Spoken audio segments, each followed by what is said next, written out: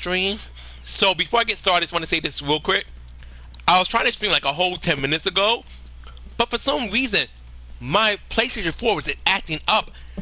I just couldn't figure out what's going on. First, I thought it was the TV. I'm like switching the course from the Xbox Series S to the PlayStation 4. I'm like, why is the TV not catching the PlayStation 4? Then I went back to Xbox Series S. The TV caught it just fine. So I'm like, okay, this is not a TV issue, this is a PlayStation issue. I had to play my console for a good few minutes, then finally got it to work like normal. But I'm like, I hope my PlayStation 4 ain't about to break down on me. That's gonna break my damn heart. But anyway, let's get started for those who care.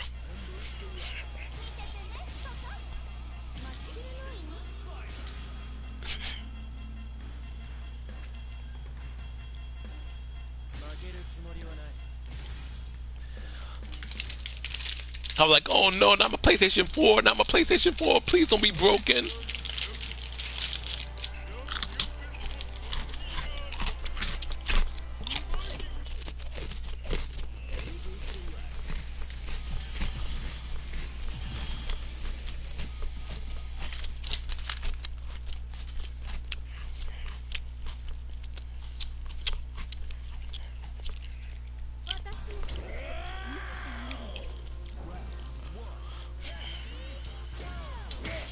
Oh.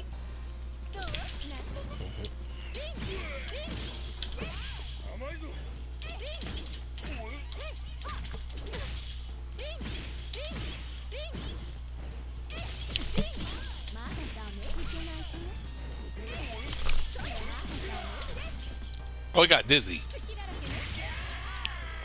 Like, how did that combo drop? Then I realized, oh, KOD got dizzy.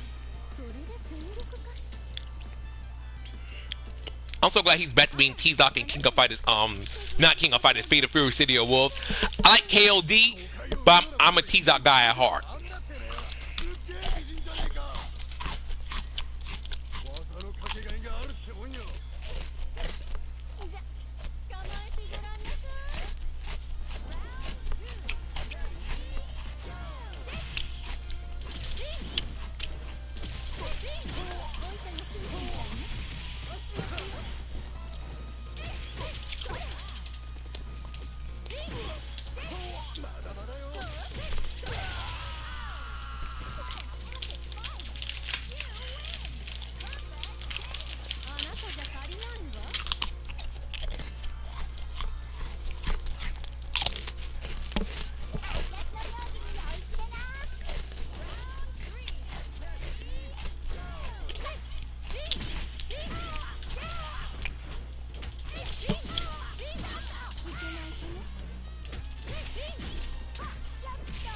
Oh.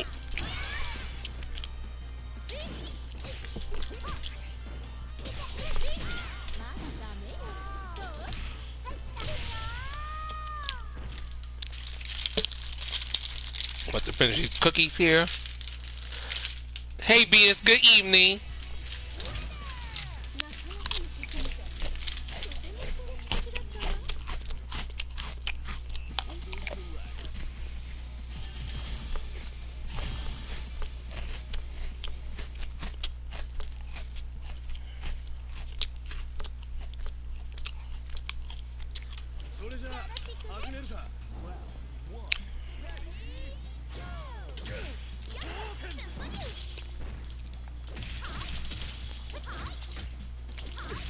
Shit.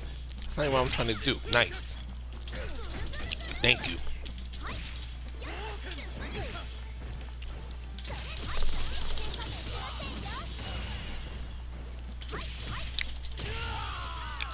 Kind of sloppy, but whatever. I never said I was a pro.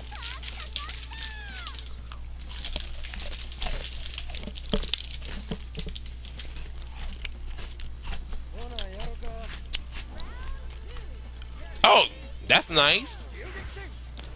Gotta be careful. Robert like to do his level 2 out of nowhere.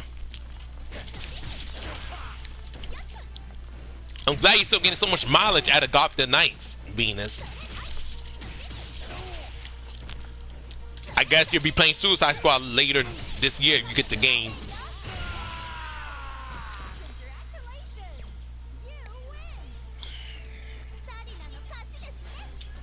Oh, by the way, don't mean this in an offensive way, so the question is offensive. You do not have to respond. But how popular is like Marvel Comics and DC Comics in Thailand?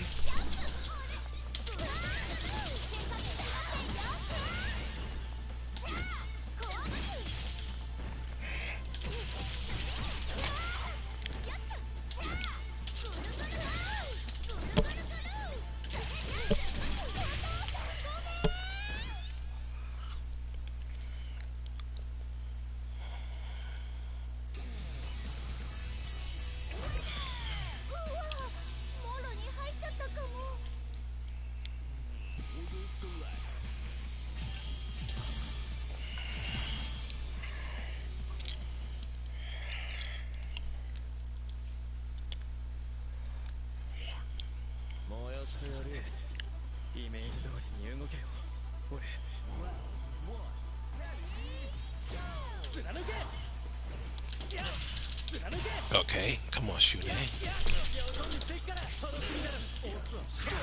Nice.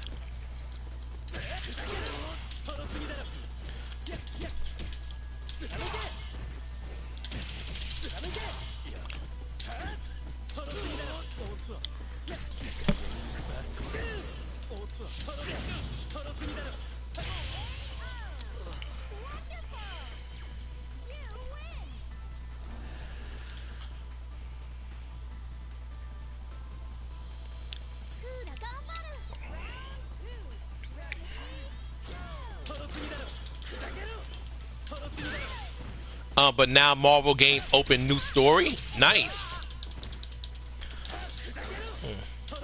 But for what game? Are you talking about Midnight Suns? That's the only Marvel game I remember had like having like a story like that.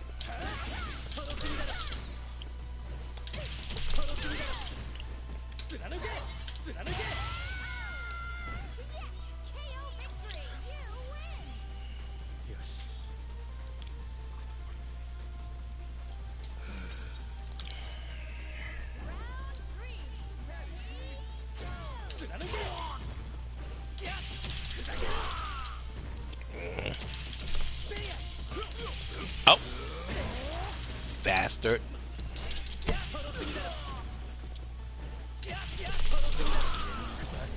Oh, really?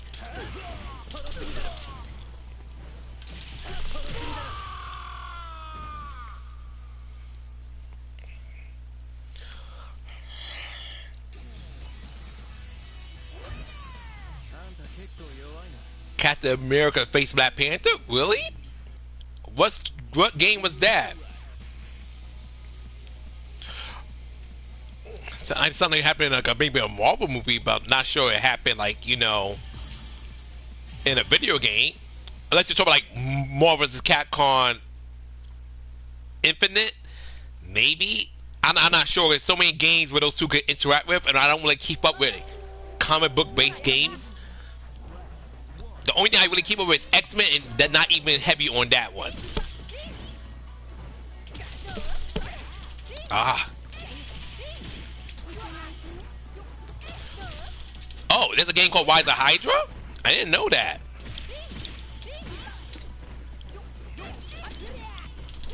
Ah.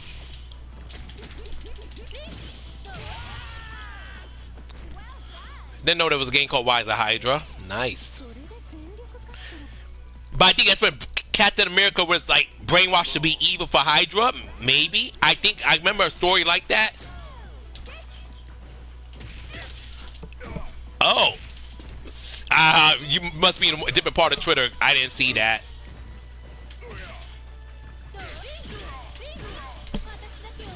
Wow, that's unfortunate.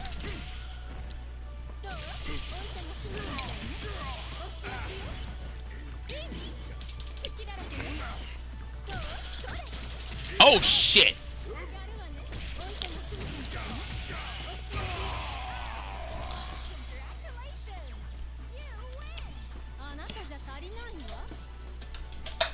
Ah, hit the cup. That's okay.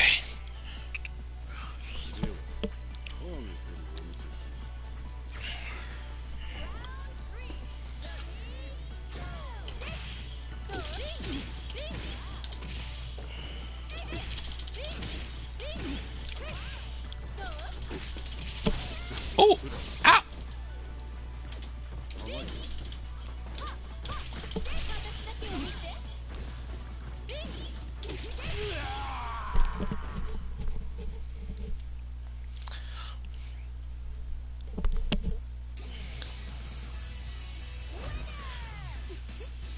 You can't confirm it? I'm guessing you meant.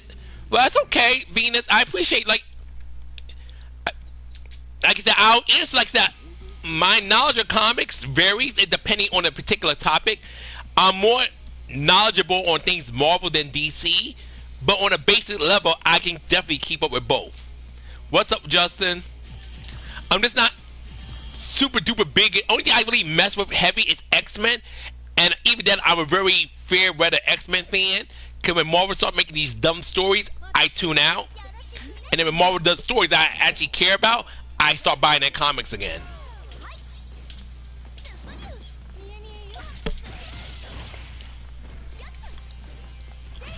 Nice.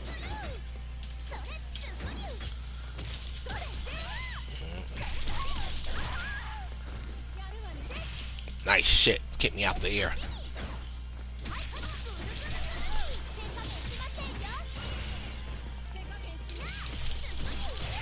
You love seeing Cooler and Ma get tight? Yeah, they're quite comical, especially my share Nui, Justin. So sad of X-Men. Yeah, unfortunately, but now that Marvel owns the X-Men, they own it for years, I can definitely see them make an X-Men game in the near future. Hopefully like an X-Men Legends, but more updated.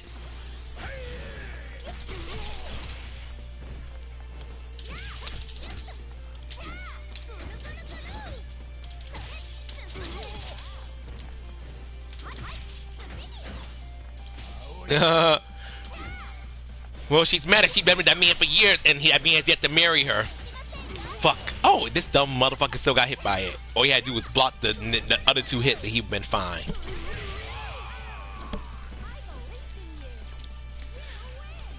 Because she's been with Andy for such a long time and he's yet to put a ring on it. Realistically, he's never going to, because my share knew, you know, she has a boyfriend in Andy. She's meant to be eye candy to fans, and if Maya comes a married woman, it's going to take away her hot factor.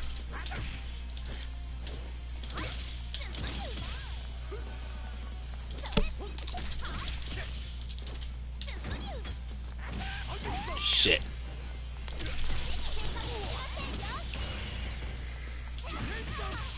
Okay, Kim. X-Men final game was in Wii PS3. I'm surprised. I thought they would have games that are like an older console, like a PlayStation 2.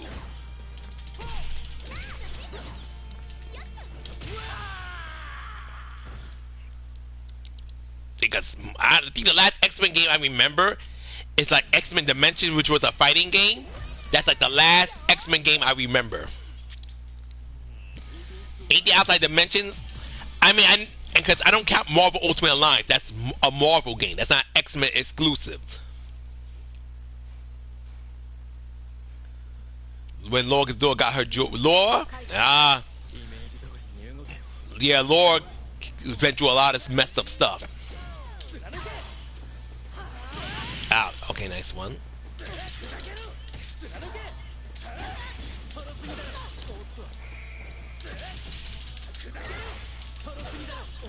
Finally, that got that to work. Nice. Ah, shit, again? Nice.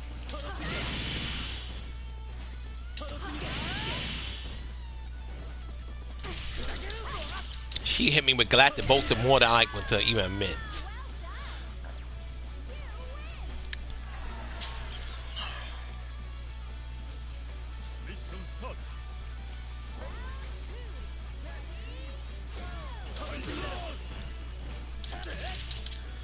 Oh wow, that's good, Justin. I have a couple of videos I still need to upload for the week because I might be I'm going to my mom's house this weekend, so I'm trying to upload as much content on my channel now, so my subscribers are on board when there's no new content for the next few days.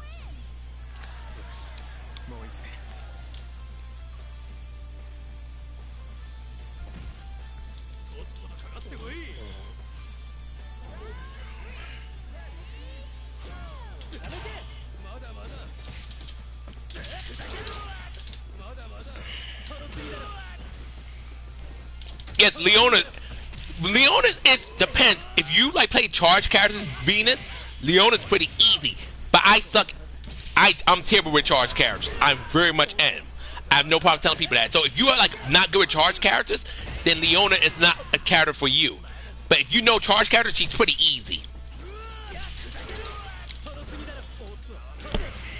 Shit.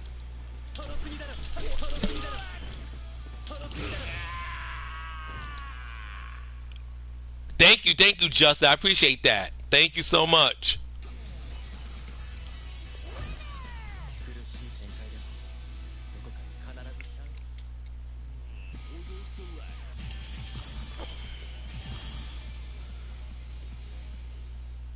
I swear, thank you to everybody who's here, by the way. Honestly, like I said, this game is so old, and I think I said this gazillion times. I really don't expect people to watch me play this. I play this because it's like a comfort game. Because sometimes I don't want to do it fighting people online. I just want to play a game, chill. And plus, when people do come in, I can talk to you guys better when I'm playing a game like this compared to when I'm playing like something a little more on the serious side. But thank you for everybody who's here. I do appreciate it. Because we all have the same 24 hours in a day, and we can all do something different with them. So thank you for taking your time to be here. It means a lot to me. Thank you.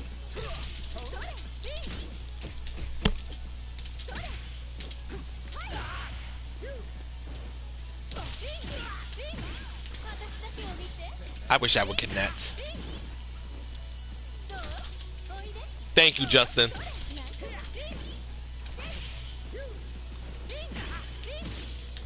Haha. Ah, shoot. Nice.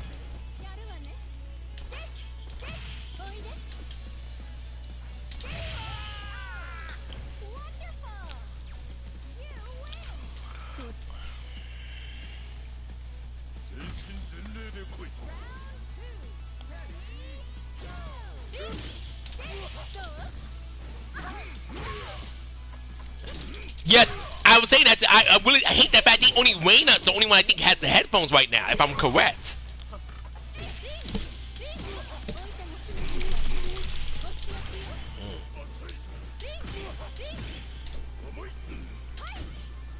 From Tomorrow's Midnight Suns, one X-Men's alive. Yeah, quite a few of them are alive because there's Magic, there's Wolverine, there's Storm.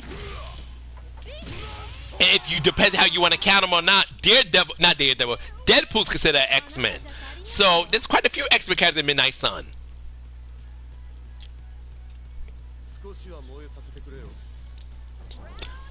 See, in Midnight Sun, they add Marvel characters who are more iconic and who make sense for that. You're not going to see characters like Jean Grey, Emma Frost, because they wouldn't make sense for a game like Midnight Sun. But like the Wolverine, the Storms, the Magics, they make perfect sense for it.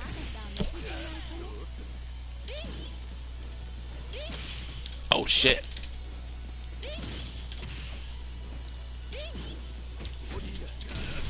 Shit.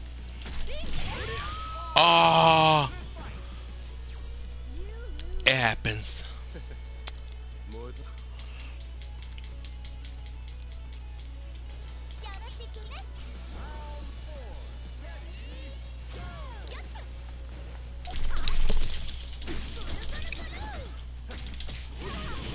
Kyo.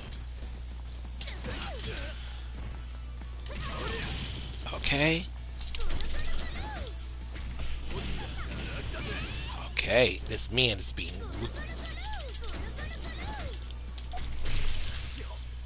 Damn, Kyo fighting for his fucking life. He's really trying to live up to that Japan's toughest reputation.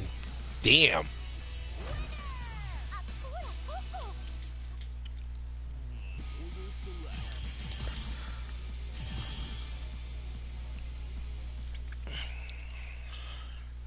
Oh, that's nice, Justin. I'm happy to hear that. Very happy to hear that. But a lot of times, customization videos are good because it gives people ideas and inspiration. So they do well. Because some may like, okay, how can I customize my character? They don't see how someone else customize their own character. And they're like, oh, I can do that. So it's a cool thing to do. Come on, mature. Stop scratching Zarina.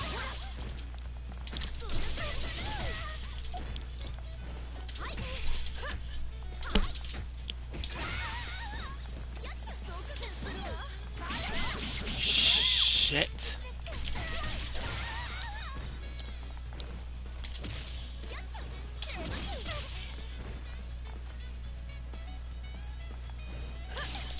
Nice. Damn. Got her. Oh, nice, nice. That's good. Justin, by the way, let you know, you can always post one of your videos in my streams. I don't mind. So, because someone watching my stream, they can see your stuff and, like, click on your stuff as well. I don't mind that at all, just to let you know. Ah. Oh, shit. Oh, I think I was kind of high in the air. So, Nadia didn't get the full. I'm dead now. That's okay. But Mature's powers is based on light and slash attacks, so that's how she plays. Oh, not a problem, Justin. My pleasure.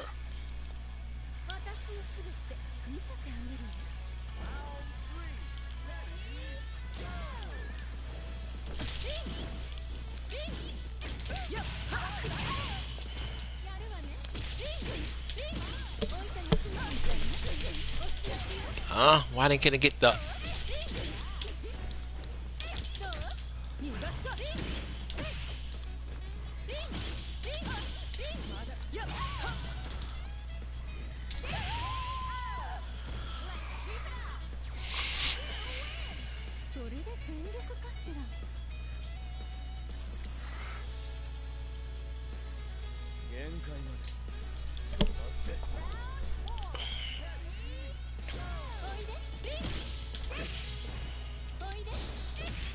Oh, nice.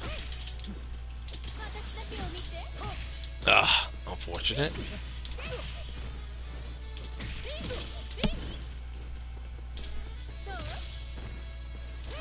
Oh, shit.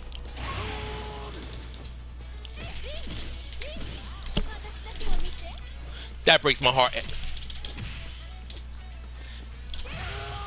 Every time that breaks, I'm like, why did that not hit?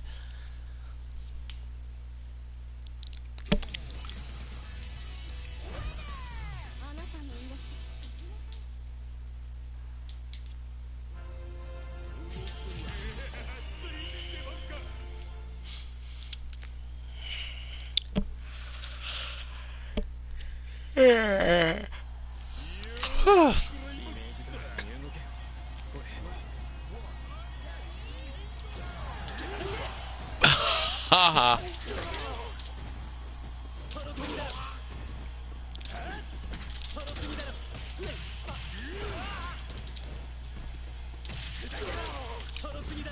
Why?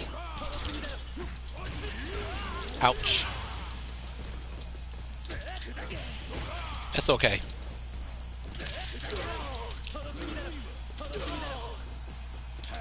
Yes, I saw. I was so happy for her.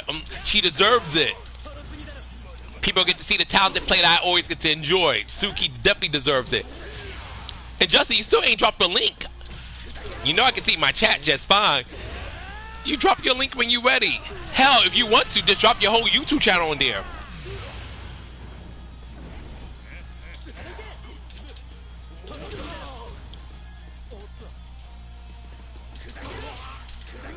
Oh, Shune. But we got it anyways. But yeah, I'm so happy for Suki. She deserves it. Oh! What you do, I'm not sure you how well you know. You go to your YouTube channel. You click on the header of your page. When you get to your page, you click on it. After you hit the right part of your mouse, it's gonna tell you copy, paste, all that jazz. You hit copy. Okay, good. You got it.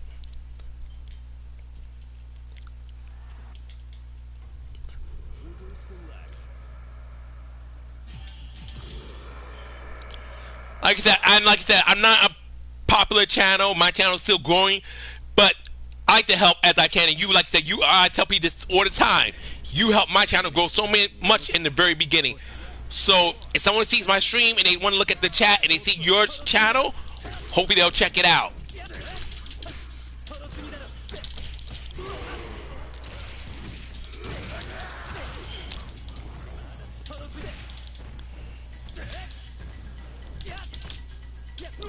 Oh shit.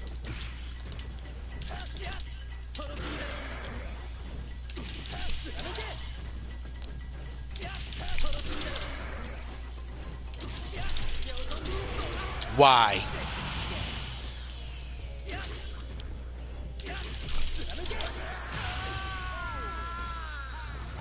Okay, fair enough.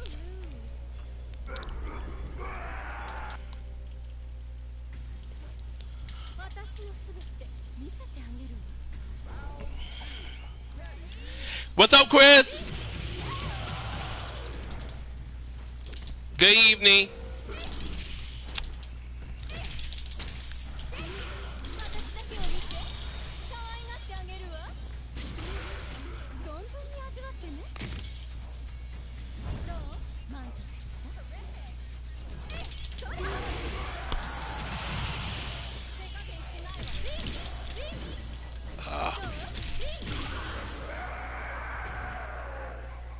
How life's been treating you, Chris? Oh, but X-Men Cyclops list from fan must be. Oh yes, Cyclops is a very popular character. Venus. He's a very. I think it's because his powers. Some people think his powers are so generic, which they're not. His powers are actually very incredible. Cyclops is a very popular but yet underrated character. That makes sense because people like to look down on him due to his relationship with Jean Grey and Wolverine. But Cyclops is actually a very amazing character. Can he be a dickhead sometimes? Yeah, but he's a pretty dope character. And also his portrayal in like the X movies when Fox owned the copyrights. Of course, I'll send you to you right now. Absolutely, Chris.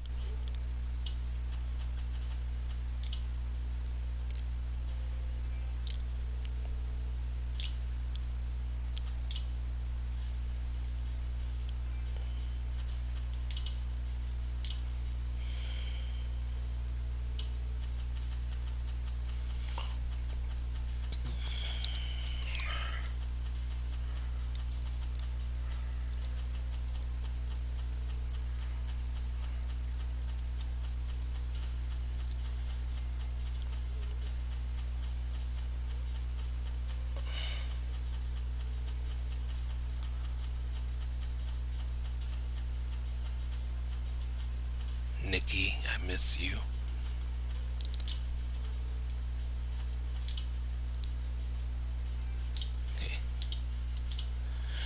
Okay.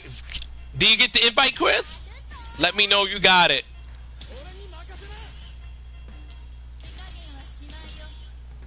Also, when you before we start talking, make sure you can hear yourself as well on the stream, so that we don't get a repeat what happened last time.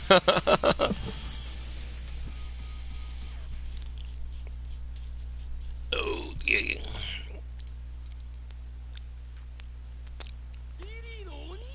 I'll kill you. He said, I'm gonna kill you. I thought he said, I'll kill you.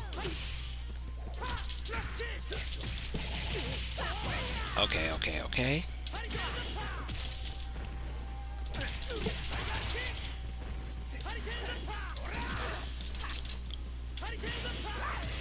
Nice.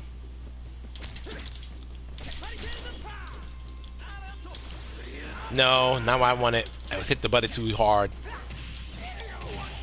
Nice.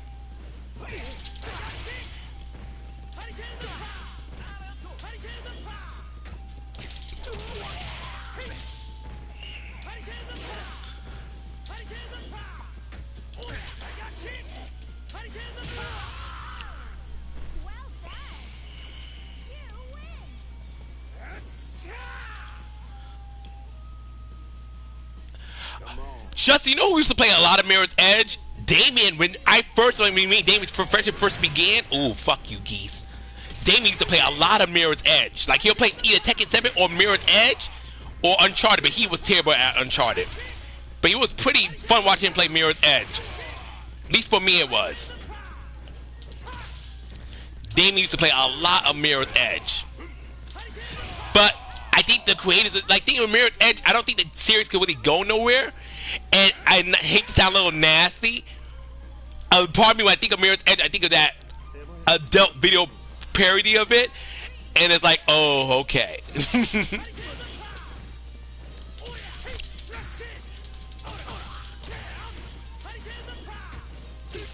Nice one, high.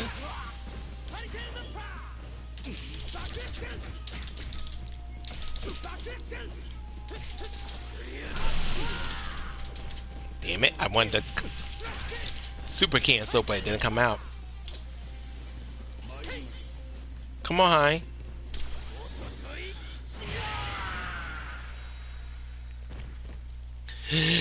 A little bit. It's the thing is, at one point, and mind you, I got to wear my sexuality. I was even looking at this like someone's. I'm like, how the hell? I don't remember, but I'm pretty sure Uncharted got something too. But when I like one time, like on YouTube, I'm like, well, not YouTube. I'm like, I was on Twitter, and I'm like, what is this? I saw a clip of it on Twitter. I'm like, what? Like this is years ago, mind you. I'm like, what is it? I'm like, oh my god, they made a adult rated parody of Mirror's Edge. Like, okie dokie.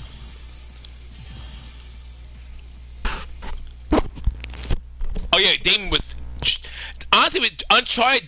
Damon, he's like last I remember, Justin, he stuck at this one level on Uncharted. I don't think he ever got past. I think he just stopped playing the game. Cause it was like this level after you escape the mansion. You're supposed to be like in like this mountain site. He has, and I told Damon, just go look at other YouTubers who got past that part. Like, no, I'm gonna figure out on my own. I'm gonna figure out on my own. As far as I know, he never figured it out.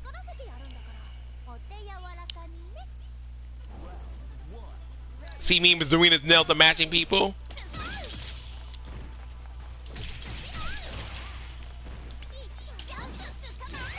I love that move.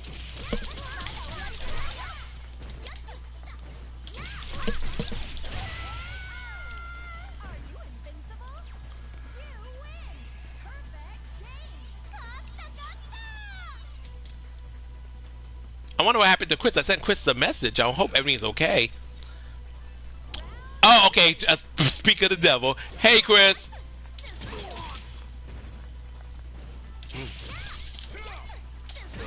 Oh, yeah, I heard it had some really tricky puzzles.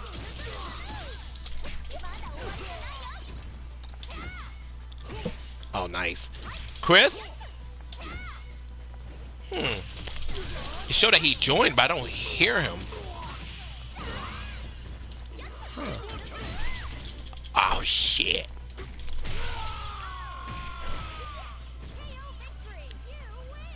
Chris? Huh. That's strange. I hope everything's okay. You guys can hear me, right?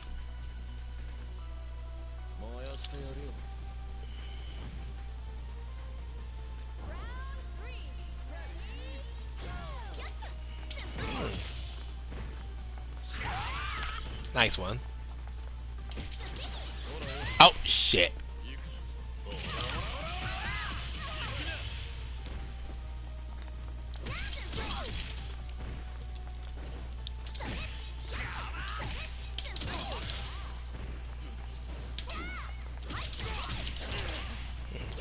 Max Payne was a dope game.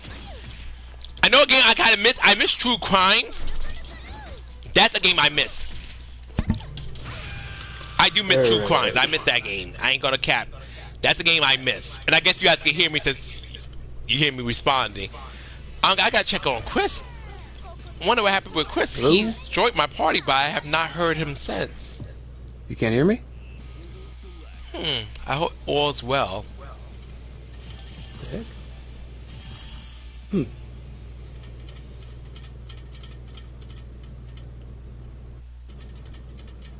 Can you hear me?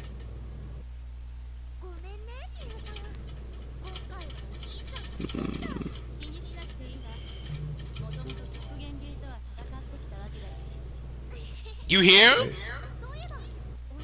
Yeah. I don't hear Chris at all. Oh The hell? no! Hold on. Oh Let me see something. I don't hear Chris at all. no! Oh Give me a sec.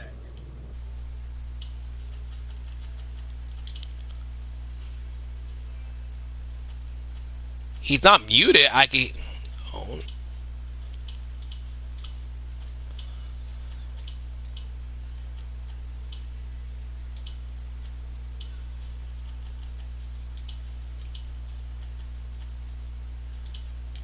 Huh?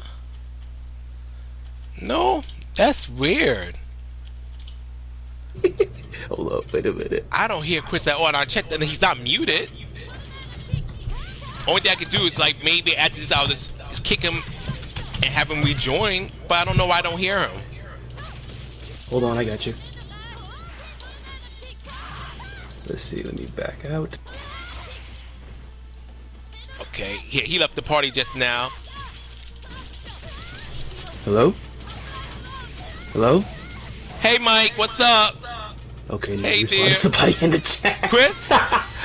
Hello? Oh no! Let's see. Yeah, I know about that. I still don't hear. Let me see something. Hold on, guys. Give me a second, guys. I gotta check something because I still don't hear You Chris. can voice chat, nah. How can anybody else hear him allowed. but me?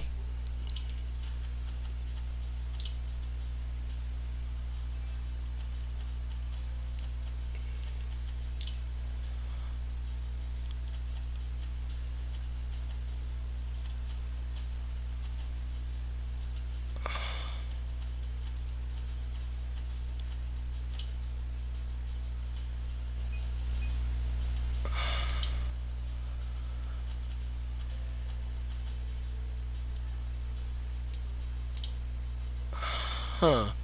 Makes okay. Let me leave party, and then I'm gonna try. Not so. Then we leave. Start party.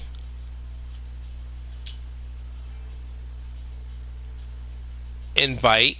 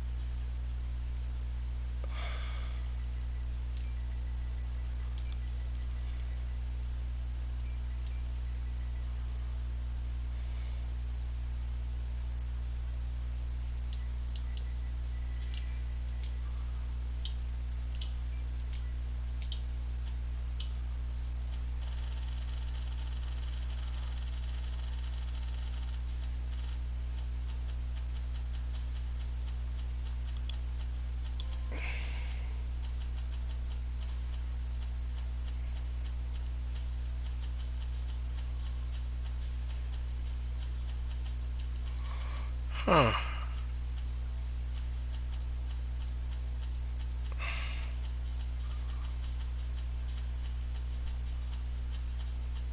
Okay, now I kind of feel like I'm going crazy because now he's not. I don't even see him on my friend list, which is weird. He was there a minute ago though.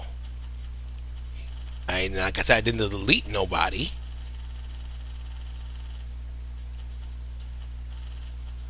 Oh, this is found him. Okay, found Chris. Let's try this again. Chris? Chris, can you hear me? This is so weird.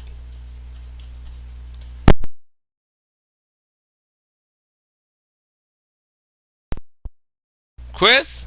Let me try a different...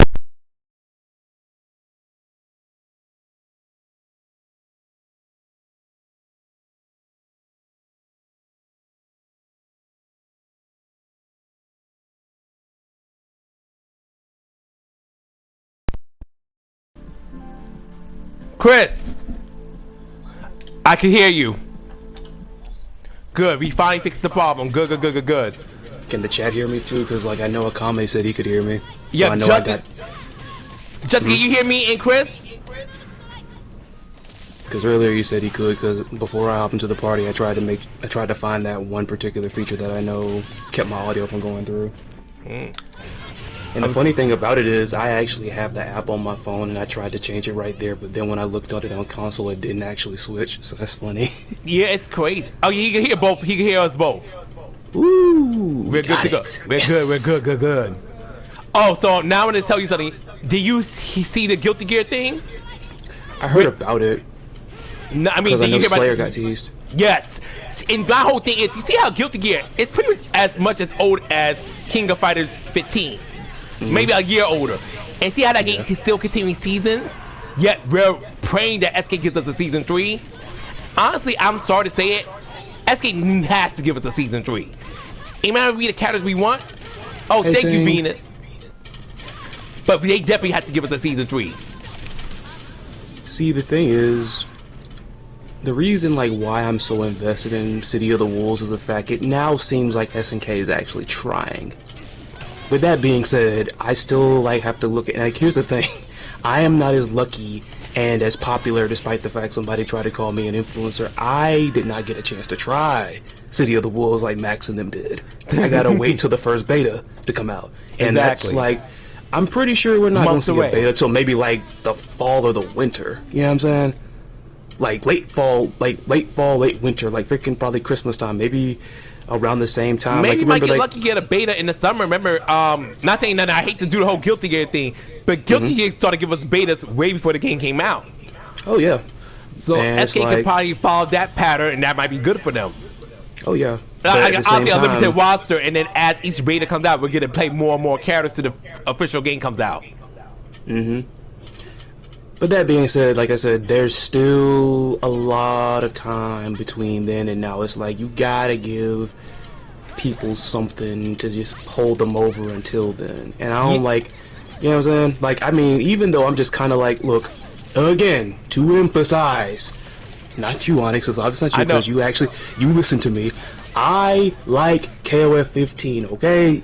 I have a lot of critiques. Yes, I still like the game. Even like, you know, the fact that I'm crazy over the new Garo is like, I still like KOF-15, alright? It's just so crazy when you have something like KOF-15 where it seemed like SNK was going through the motions, but then you got City of the Wolves where it's like, they're trying. I've seen people who hadn't even, like, you know, usually don't even talk about SNK fighting games. SNK is back! SNK is back! Like, even they see that they're actually trying so far.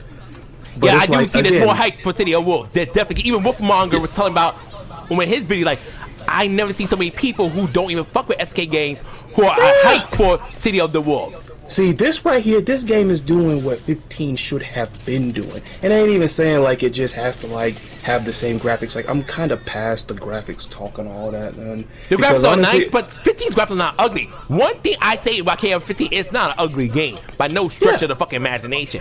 Now, if some people want to compare it to Tekken or Street Fighter, then yeah, you're going to have a problem, but the game itself is not ugly. They love to say that SNK should have gave the game to Arxis and had them decide it instead. So, yeah, I know. People love that. People love that. I hate using the Guilty comparison, because be like, oh, you see, you want to compare with Guilty, but you keep complaining about the graphics. But I don't want KOF to look like fucking Guilty Gear. But I still say Arxis did a lot of good things with Guilty Gear. Even though, I mean, I like the game that much, they made a lot of great decisions with it, and I like how the fact that he's supporting the game properly. Not to mention, honestly, like I said, I have emphasized that I got bored with that game, but then it's like, now they putting stuff in there where it's like, because I still want to try, because I still haven't tried ever since they got like the new moves in there, when that tag mode is in there. I was watching some friends and like, they were playing like, last week, and seems kind of fun. Abba looks cool. Elfeld, but it's just, I like that. It's just the freaking, I'm gonna stick a big old boombox to you and it blows up. I was like, that mess makes me laugh, man. Elfield's adorable. But yeah, like, they need, like I said, man, I hope Evo Japan is it, man, because I really hope so too, because I think people something gonna be so pissed. And if you're not gonna do that, hey, Roof, Max, all these news publications done freaking played a build of that mess. If you're not gonna announce a season 3 Evo Japan, give us a demo or a beta of City of the Wolves. You gotta give us something then, because I mean, I'm still gonna play King of Fighters 15 and I still like it, but like at the same time, when you got this thing over here where it seems like you're actually trying, I mean, how do you, like, what do you expect? Like, honestly, I'm not gonna cap. If there's no season 3 for King of 15, I'm uninstalling 15. I'm good with this. I remember 14. you said that last time. I mean, I wouldn't blame you. like, now I'm gonna play 14. Like, sorry, I need a season 3. Yeah, I guess. Do I hope to see Zarina? Of course. Do I hope to see a Master Impact character? Of course. But mainly, there needs to be a season 3. It's like, it's so amazing, that freaking slogan for 15, like, I know it wouldn't have like lined up all that well with like where they were going with City of the Wolves, but I'm just saying that mess is shattering expectations. that mess. I was not like that freaking. Because I mean, obviously, you know, they told us because I did a video about it, like way back before we got like anything else. They did mention that SNK, that is, they were going to have City of the Wolves look different from anything previously. They did. I wasn't expecting this though, like comic books. I like. I love the atmosphere a lot, and also, you know, something about Preacher real quick. I was looking at some Thai fashion, and she really goes into the whole how Thai girls dress like. What do you, I'm not sure if you've seen it, what do you think about many people theorizing that she's a trans? Because her name is actually a boy's name, number one, and a lot of people say, okay, that's her name. Her name's actually a boy's name, it's not a girl's name. Preacher's actually a boy's name in Thailand. Okay, just see you in a bit.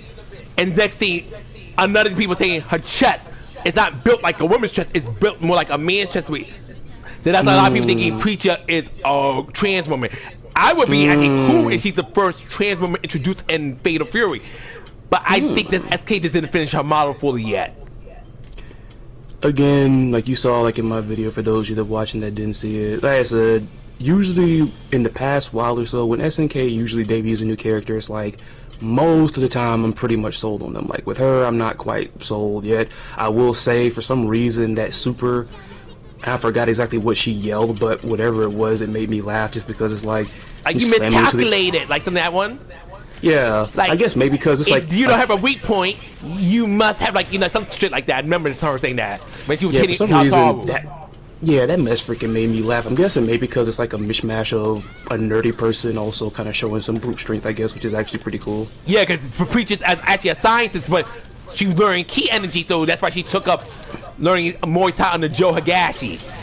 Yeah. That's pretty interesting. Okay, I didn't think. Learn me something today. Yes, yeah, her name. I like some people like, what's wrong with her name? And like, her name's a boy's name. Don't you just love it how it's like these little bits of trivia kind of just sprinkle in, like when it comes to like, you know, just as much as they used to say, you know, comic books and freaking video games will melt your brain, but then like all these little bits of trivia can come all because you have people from different backgrounds educating people on stuff, you know.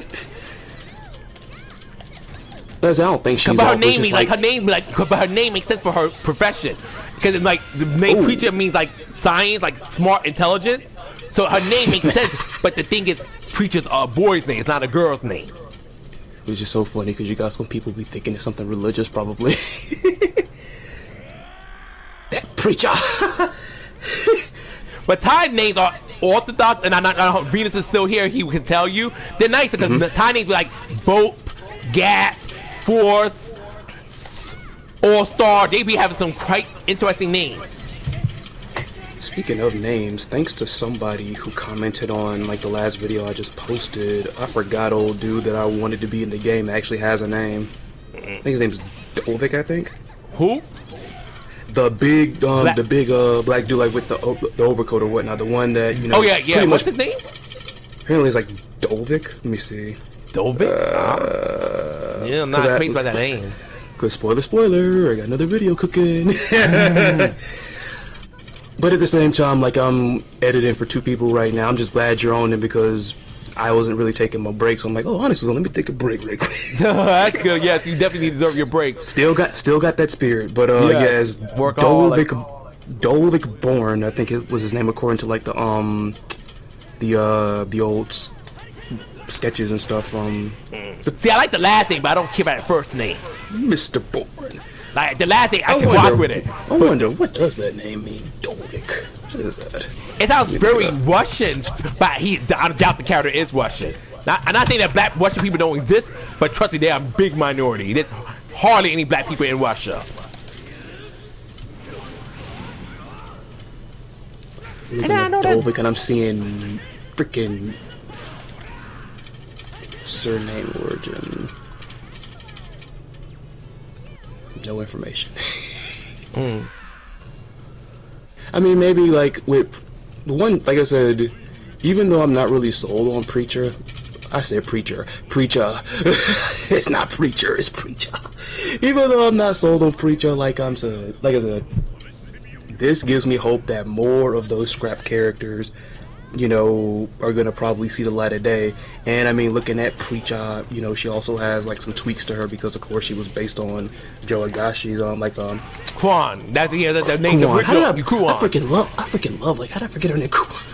Yeah, I love. but like the thing is, you know, maybe Dolvik, maybe he might get like another name, maybe he might get a tweak to his name, because I mean, I feel like they gotta have him in. They gotta have him in there. He's gotta be like, I don't know about the taste of most folks, but it's just like, he just seems like a favorite, honestly. He looks so cool. I hope SK does not say, oh, you know, once upon a time we did this design, but never mind. I hope SK brings him back. That's any of the other scrap characters, because they look very generic to me. He stood out. I'm not a fan of most of them. He stood out, so I'm praying that SK does not drop him like a bad habit. Yeah. And plus, I'm also a fan of seeing more black characters in fighting games. And it's like, it'd be really ballsy, like, if they, like, you know, made him DLC. It's like they kind of took that same little risk that Capcom did because they made Aki DLC. I always just think making a new character DLC is it's always risky. That's why it's a ballsy move. It's always balls because you don't know how popular they're going to be. That's why I love about Street Fighter 5 Season 2, even though it was so delayed. I love that everybody was pretty much new except for Akuma. For the record, I still like watched the video you did about like the leak that it came. I still watched it, you know. Oh, thank you. It's just the fact that I forgot I texted you. I told you I did. It's just the fact that I might not talk about leaks on my channel, but I mean, I'll go in somebody else's like house or channel and I might talk about them there. But it's like, my thing with that was, I mean, minus Bison and minus freaking Claw, the others, cool. Those two, I'm just like, sure. Those are the main two I have an issue with. The rest, the other four, because we don't know the alleged new characters, what they're going to be about, so I can't really have an opinion on them. And there it is again. Man, if Capcom freaking, if there is like another new character in like freaking Capcom going balls out, man. 2 season passes of DLC with new characters? Well, that's something. I think that's a good thing. Yo. I think it's amazing. I mean, yeah, I'm just like, that's, for me, like I said, that's ballsy. You know what I'm saying? That's why I'm playing that SK Season 3. See, that's what my idea is. Let me remove some of my bias real quick. First, Melee and Shenmue needs to be dead ringers. SK would be retarded to leave those two out. How badly those two are demanded. Yes, it's other things, but don't. Not to cut you off, but go since ahead. You mentioned Melee, all these fools talking about it's the Angel thing, like, y'all like it, but you ain't gonna play it. I like characters like Melee and Angel that are in a game where, like, you know, most of the cast is easy to play, because, at least for me, when I get tired of, like, you know, because, like, I wasn't really crazy about Angel ever, really, even though, hey, I appreciate the wrestling homages and everything, but I always like, you know, when I want to play something different, it's just, boom! I play Angel, I'm gonna feel something different, you know what I'm saying? It's the same thing with Melee. And on top of that, this DLC, you ain't gotta buy her. I just want to punch that in there. I'm get sick and tired of like the mess where it's like, oh, Melee is like so hard to play, and please. She is hard to play, but so what? That's not an excuse since people not to want to see her no more. Exactly, like, you know, I mean, like, I know people instantly go for certain types of things when you talk about diversity within a roster, like, you know, they talk about like how many, you know, they think about gender, they think about race and nationality and everything. There's also diversity to be considered when it comes to gameplay, you know. Exactly. Who's not easy everybody should play the same. Who's easy to play, who might take a little bit more time, stuff like that too. That's why I appreciate, you know, characters like Angel and Melee. They're different. Like, you're gonna play, because think about it, aren't almost all of Kim's trainees, like, you know, they're very, like, anybody linked to Kim, they're very similar. They're very similar. Well, I would say Luong is the easiest thing, closest, even though I think she still got some tricks. The honestly, because Chain and Troy play nothing like him, and they're his apprentices. June is very hard. Joo-hoon is not an easy character by any stretch of the imagination. He's a charge character. Yeah. And he's a mixed, like a stance character too at that. And what about it? Like his sons? His sons, I never played neither of his sons, because if I get Fate of Fury City of Wolves, that'd probably be my first time playing either of the sons. Yeah, I think they're gonna come back. yeah, I'm pretty sure they're gonna come back. Even though, honestly, man, this is kind of a long shot, and I can't stand when people get into this mess or whatever. If they really like want to go crazy with it, they will have freaking Lim's 2D debut and put her in there. She's a Kim trainee. Kim is a Fatal Fury character. It's like, if y'all want to talk about, you know, Shun'ei should be in there because, you know, the director said that him and Mason Kun are close to being Fatal Fury characters and KOF characters, which I get because the guy that trained him, their trainer is a Fatal Fury character. But I'm just saying, like, that same logic can apply to somebody like a Che Lim. Just saying, like, maybe I'm kind of like, maybe you kind of influenced me a little bit, but I'm like wanting to like see some maximum impact up in here somewhere. I definitely, they need to do something with it. They're too cool to just kind of stay in the dust. I'm sorry, it's like, fuck me being a fan, fuck me being like one of the main reasons I stay with KOF. Master Impact has too cool. If people, worst thing you can say, Min Young is too childish. Fine, you don't have to be Min Young. I like Min Young, but Min Young is not for you, that's fine. But how can you look at Leanne Neville, Albamira, Duke, Louise Maywick, and like, yeah, you know what, we never see those characters again. Oh well. Man, all them sorry freaking fighting game coomers out there and everything. They know they love themselves some Liam again. Yeah, oh please. This is one dude who's like, I know he's gonna blow up. Like, he's gonna have the biggest play session with himself when Leanne ever comes to the main roster. Okay, this dude, I'm not sure you know him now, he's always commenting on the SK related posts. Bring back Leanne. Bring back Leanne. I don't mind it because I want to see Leanne too. But I think all we want to see Leanne are two different things. I want Leanne because she's a Master Impact representation. I feel like he wants Leanne for the boobies. I have a good idea who you're talking about. Because somebody, I forgot who, I think they're on YouTube, I think they're Orpheus or something like that. Interesting video, because they put a video together, like, basically showing similarities between Shinwoo and Maurice's fighting styles. And then, lo and behold, if it is the same person, there he was, and they're talking about, you know, he one of them people that don't like muscular women, saying like, you know, Maurice's masculine and all this other bullshit. Oh yeah, he is one of those people. I think we're talking about the same person. He does not like women who look manly. He does not like them. I seen how that comment. Matter of fact, like, wasn't he like in the little wasn't he on wasn't he on I hate the fact I'm freaking losing myself. He was on John Sex's post when you sent me talking about the way Mai has just been generified over the past couple years, which is true. And the thing is, John and freaking Raito, they were talking about storyline. They weren't talking about like Mai being sexy. No, they were talking about her character. Like, no, they were not saying, oh, make the bitch ugly. They never said that. People said that the one way. Like, no, they think her story is terrible, which is fucking true. It's fact. Her story is Andy. I can tell you my story with my eyes closed. I can tell you what mine's all about. Within, I can explain to a child what my story's about. You could write my story like freaking with your eyes closed and turning the keyboard upside down and still typing it out. It's like, it's nothing. I love Mai Shiranu. I do. She's one of my favorites. She's one, and I'm definitely 100% looking forward to her trailer and Fatal Fury series as well. But my story is absolutely ass. Oh my god. It's chasing dick. That's all her story is. I'm laughing. I just drew up that scene. It's like, imagine like you literally said that. It's like, you know, I could tell you my story like I'm a blindfold myself, like plug the keyboard in, go into like Microsoft Word or whatever, and I'm gonna turn the keyboard upside down. And like, what's like your favorite alcoholic beverage? I like wine coolers. So I would say like I drink mainly Smirnoff. Okay, then you gonna be like, now I'm gonna drink these 5 Smirnoffs and I'm gonna literally type you out my story, and you type it out, it's gonna be a bunch of gobbledygook. Someone's like, you see this? This is my story. And it's like, you type nothing but a bunch of nonsense. Like, exactly, that's the point. The only thing he missed was the fact he didn't accidentally type Andy. Oh no, wait, look at there. In the jumble of the little characters, he actually did it right there. It says it. But yeah, I love Mai, but that's her story boils down to being Andy's girlfriend. Ever since 13, ever since 13 and beyond, y'all did that no Mai, no bi mess, and in essence, it was like, all right, like, and the messed up part was the person in question. It's like, I guess maybe they and some other people took offense to the fact that they were just talking about Mai as just been a sex object for the past couple of years, but I'm like, are they lying? Lying? No, it's true. Like, it's nothing more. Don't get me wrong. I'm like, I tell people, because I'm gay doesn't mean I'm not aware. Women are beautiful, and yes, and sex sells. But let's not sit here like Mai Shiranu brings anything other than sex to the game she's in. And fun gameplay, but what's really her story? Mai does not add nothing to the bigger scheme of the KOF universe. She's an iconic character because she's like one of the first, I think the first woman character playable in Fatal Fury, if I'm not mistaken.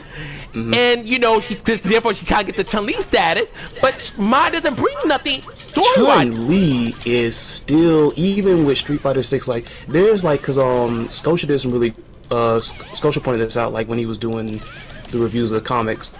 Like there are some inconsistencies in like a thing or two that's kind of off about Chun-Li's Street Fighter 6 story, but then at the same time, she like is still decently relevant in the freaking storyline or whatever. Like Mai doesn't even have that right now. That's like another reason why I'm glad Fatal Fury made a comeback, because maybe at least here we can probably get something more with Mai other than pray that we get deeper to the Shiranui history, and then Mai at some point have a rivalry with that dude who wears a staff and uses wears that, I forgot, like Sukaku, some shit like that.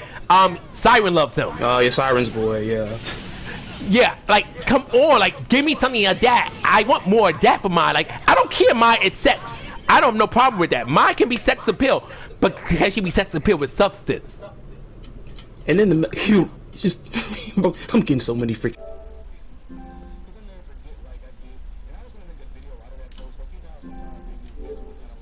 ask his audience a question and like they'll, you know, they'll reply to the question or whatnot, and then like he'll respond to the takes like in a video. I was gonna do something similar to that until somebody crybabied and messed the whole thing up, because I said, in your opinion, like, and explain, who do you think is the most overrated and underrated characters in King of Fighters 15? Not 15, but just in general. KOF. Just in general. And literally somebody just had a big old whine fest about the mess, like, oh, because the thing was, it was in response to just what I said about Mai, because I had Mai as most overrated. And it's like I said, I like her, but at the same time, it's like it's been the same thing ever since that game that y'all love. And people can hate me for this, it's Leona. Leona's overrated. The reason why I didn't like really put Leona there is just because at least when they, and first of all, at least like there's a coherent narrative with her, even though it's kind of sort of, I guess, tiptoeing in, because I think the whole gist is meeting up with Papa, I guess, or whatever, and I wonder what's gonna happen after that. And not to mention, because I know you remember this, you got people talking about KOF11 wasn't good because there was no Leona, which you know what? You know what? When you put it to perspective in that way, I will give you that. The fact that people you think like KOF11, one of the more unique KOF games, one of the best KOF games ever made, bad and trash because no Leona. Like, fuck out of here.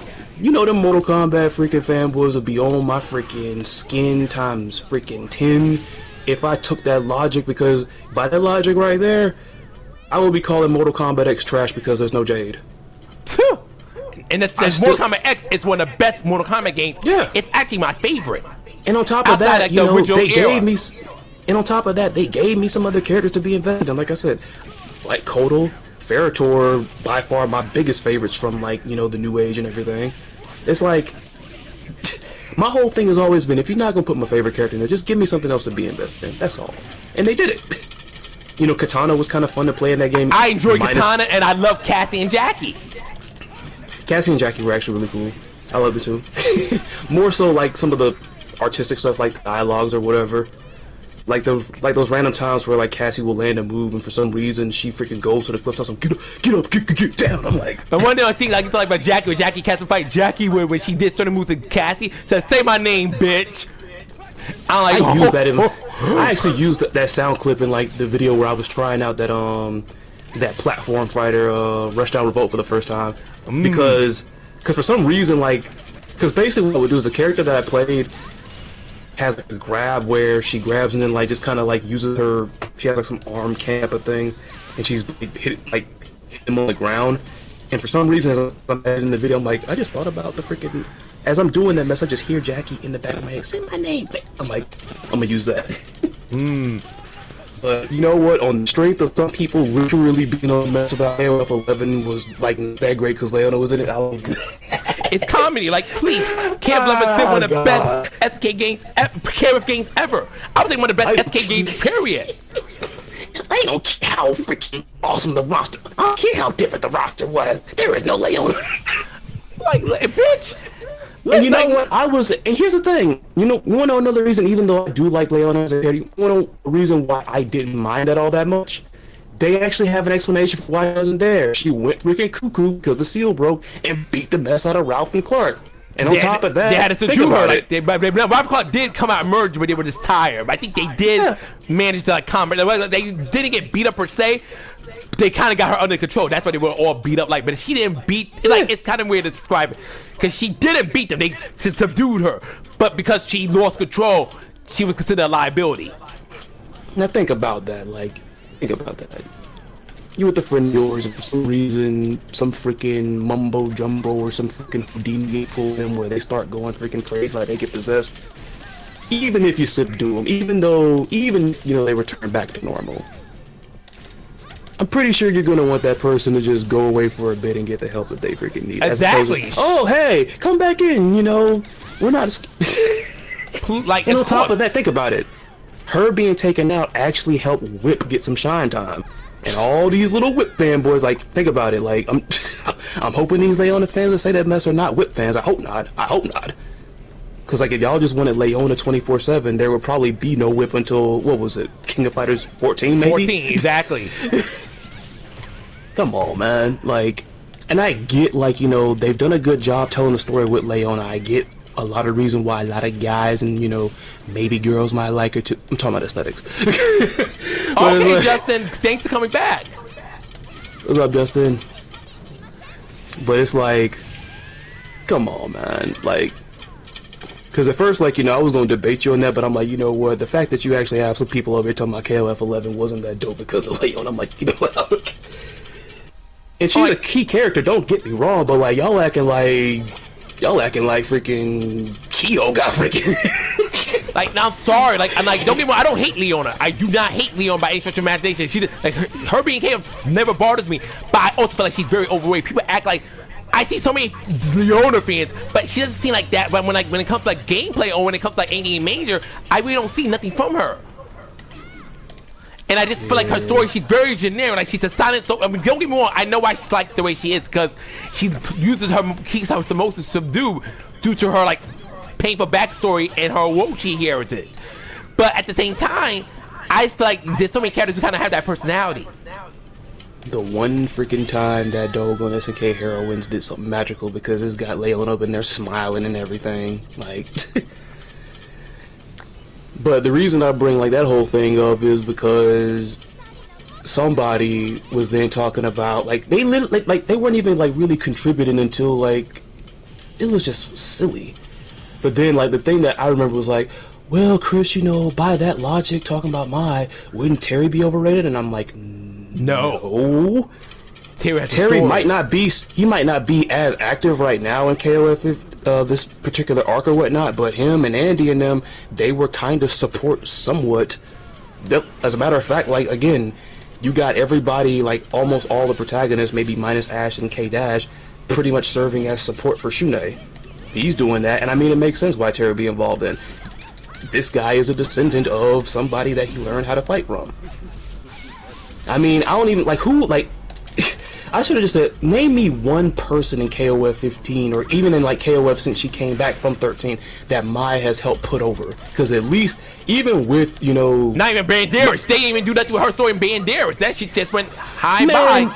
That was a missed opportunity right there to at least have something kind of entertaining. Like, like imagine like, she kind of like, No, it would have been so cool for, even if she did not team up with Banderas, it would have been nice for her to, when Athena and Yuri at the meet up with Mai was busy training Banderas.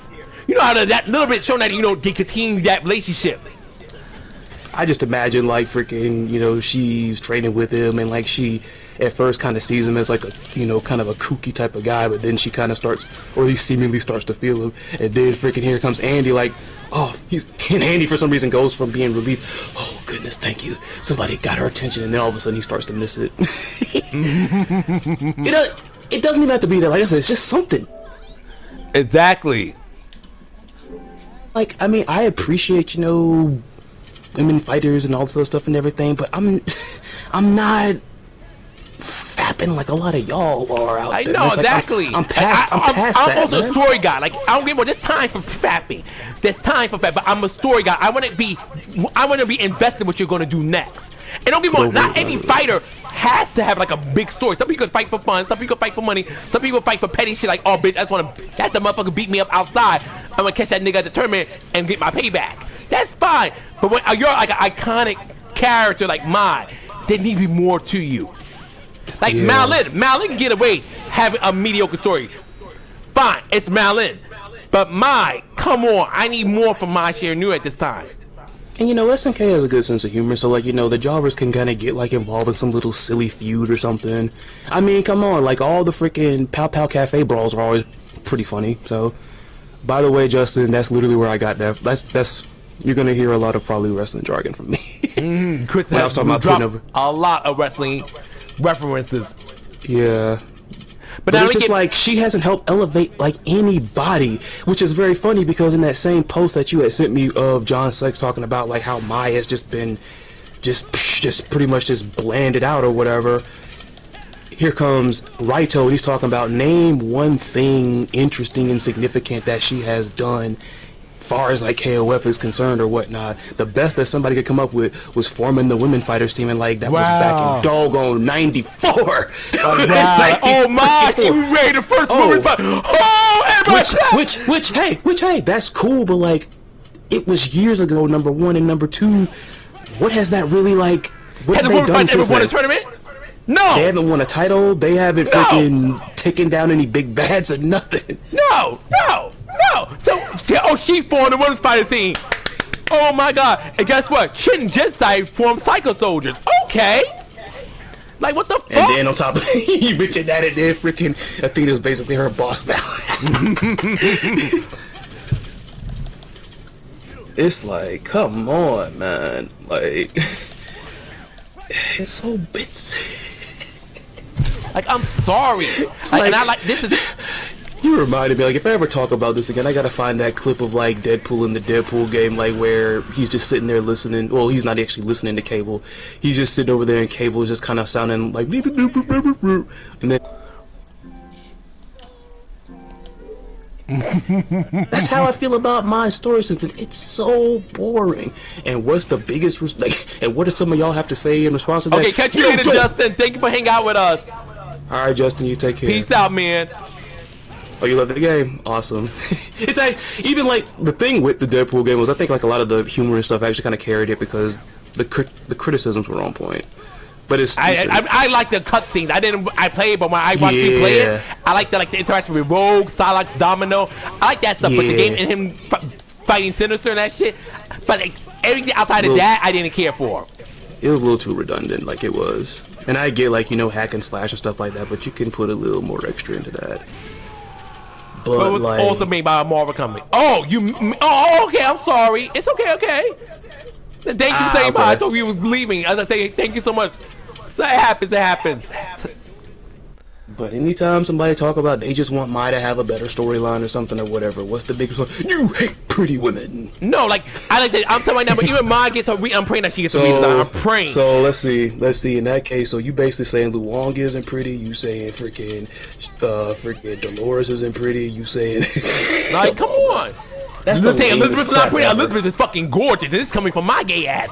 Elizabeth is gorgeous, especially for her debut design.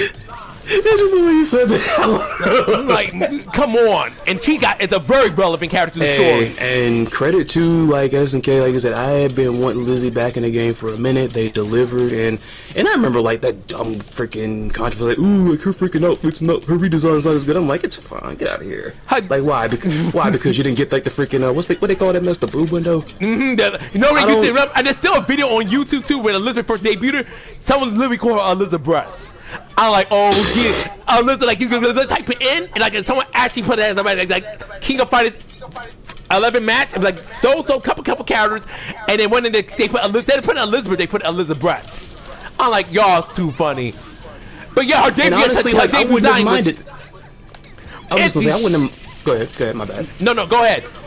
I was just gonna say, like, I wish, like, I'm not saying they shouldn't have had it, I would have loved to have had it, like, as an unlockable that you grind the game for and everything, I mean, like, there's so many characters. It's like, I mean, I know a lot of like everybody that like didn't. A lot of people that didn't get alternates in 15. Come on, they should have got some. Yeah, they should have got some. SK was really dropped the ball on that shit. I hope something. I hope they don't do in City of Wolves. I really hope they do make alternate costumes in City of Wolves. It's well, a common practice in fighting games. You know, Vintage Terry's gonna pop up somewhere. Yeah, but it can't just be Vintage Terry. It gotta be Rock needs to have a swimsuit outfit. Preacher should have a lab coat outfit. Something. It don't just give characters one look and call it a day. Oh, don't do that, Onyx. Don't be doing that mess talking about lab coats. Then you had them Dragon Ball Fighters fans coming over to City of the Wolves like, lab coat preacher broken. No, God.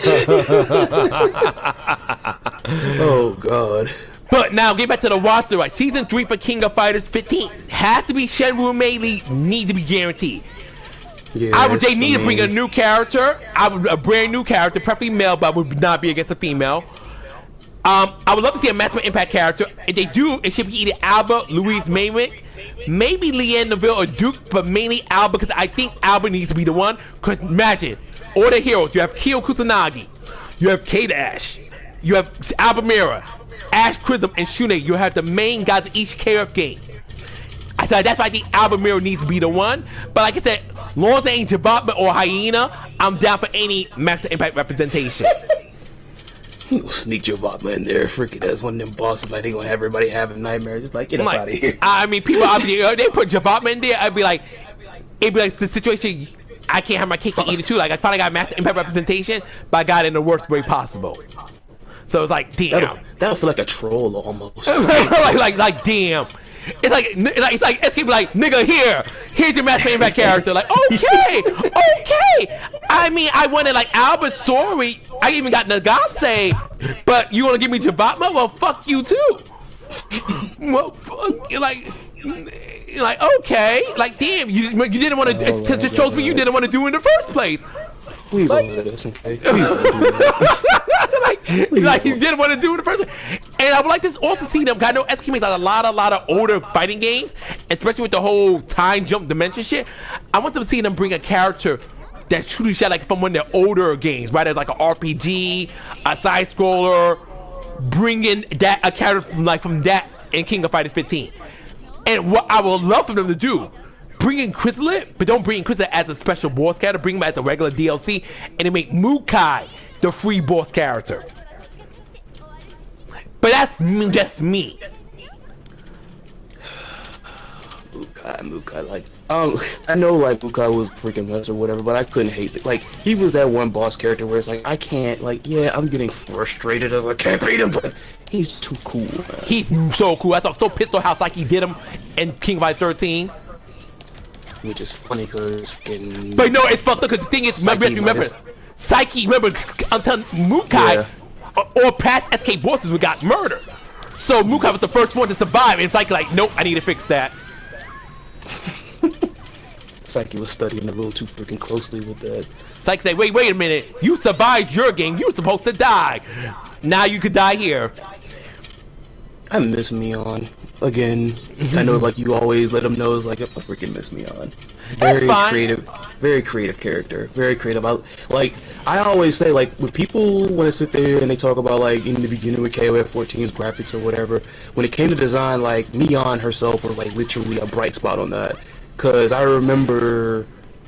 The thing is, I didn't even see it at first or whatnot. Like, I didn't know, like, well, obviously I noticed this as I played her a whole bunch, but I never knew in the idle stance that she would also switch masks and everything. Yeah.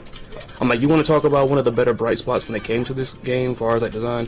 Mion was definitely it, you know.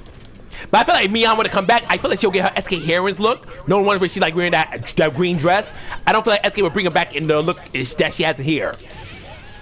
Because I think they'll try to make her more appealing. So and it's so funny. Like, it's her teammates that, you know, obviously Kukuri was going to come back, obviously, I mean, he's key player in this. Key player in the story. I, like, again, unlike most other folks, I was not upset. I was just genuinely shocked that they brought Sylvie back because of how polarizing that character is. Like, I thought almost every character that was seen as, like, either garbage or polarizing was not going to come back unless you were a key player, which, I mean, in essence, I guess Sylvie kind of sort of is important because that's the last creation. No, last character.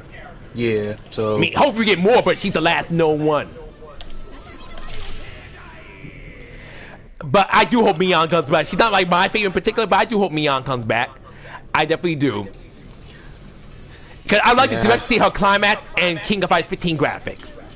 Yeah, I just feel like... Because she did have a cool climax. I liked her climax. I feel like SNK just thinks that her two compadres were pretty much more popular, which, in essence, yeah. Kukuri, obviously. Kukuri, and simply, I think Mion was like the level-headed one of the three. She wasn't the crazy orthodox one. She was very normal compared to Kukuri, who's like a weirdo pervert, and Sylvie being Sylvie Paula. So yeah, Mion. They built Kukuri so well, man, because like he came in the beginning, there's all this mystery about him. Like I even love how SNK went into detail where it's like with most of the stuff like on his profile, it's data that was given by one of his like teammates or someone who knows about him. Nothing from Kukuri directly. And then 15 answers because with Dolores popping up, and then his behavior gets weirder. Going from SNK heroines, you know, they built him like so well. They did. SNK did a good job with Kukuri. They really did. Also, you know, I doubt it. I still want SNK do female Xanadu. Just to be for shits and giggles. I still want female Xanadu. It's such a good idea, man. This man... Don't let, like, they should not let it go. They definitely should do female Xanadu. But and I mean, he doesn't have anything going on, so it's like you can kind of do whatever. Now, like, far as we know, he's still out there in the middle of whatever that was, that little freaking sandy area, looking into the fire and talking his little freaking beat poetry. He probably didn't even know that Chain and Troy left him already. He probably doesn't even know that. He doesn't even know their accent. He is entranced by the fire and is just kicking that freaking crack addict poetry, man. Like, he probably doesn't even know that they left. Chain and Troy like, no, this man has destroyed millions of dollars. We're out of here.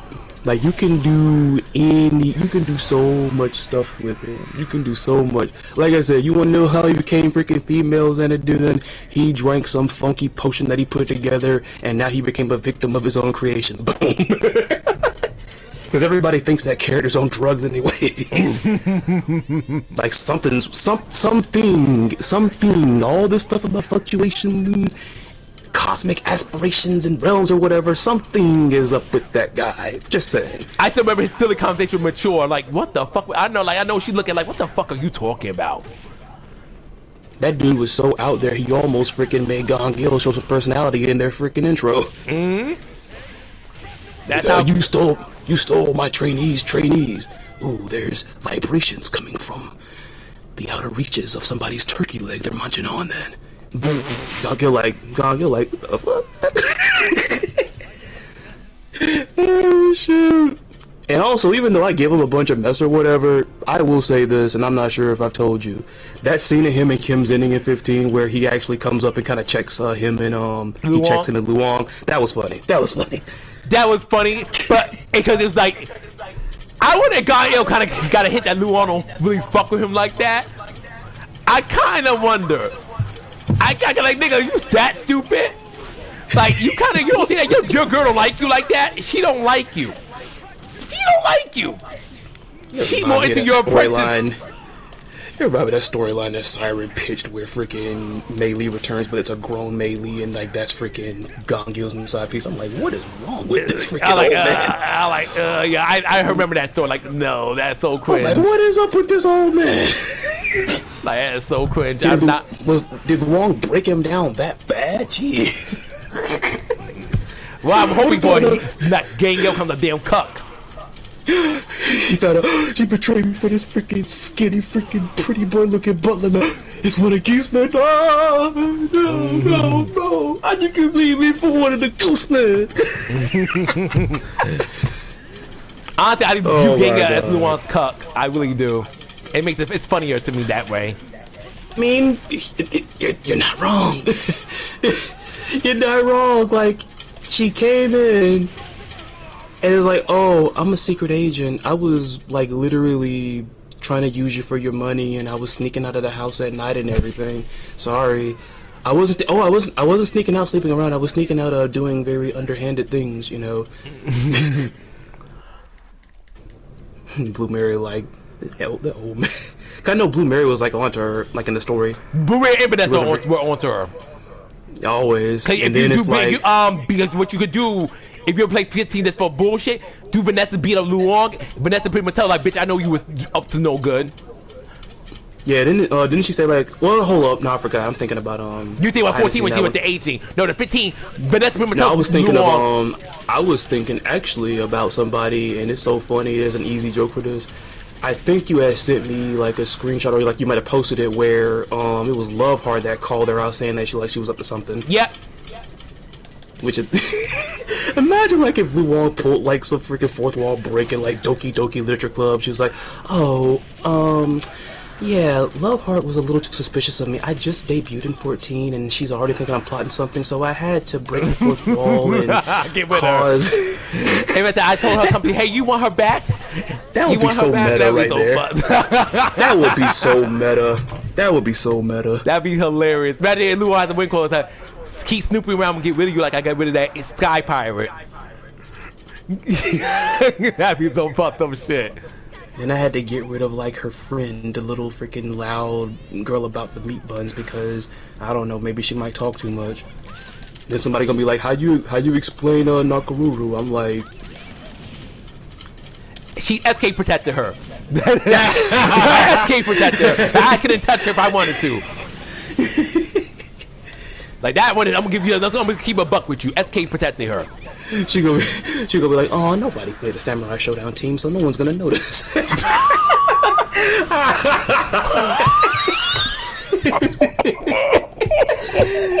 Luong, the ultimate freaking conspiracy.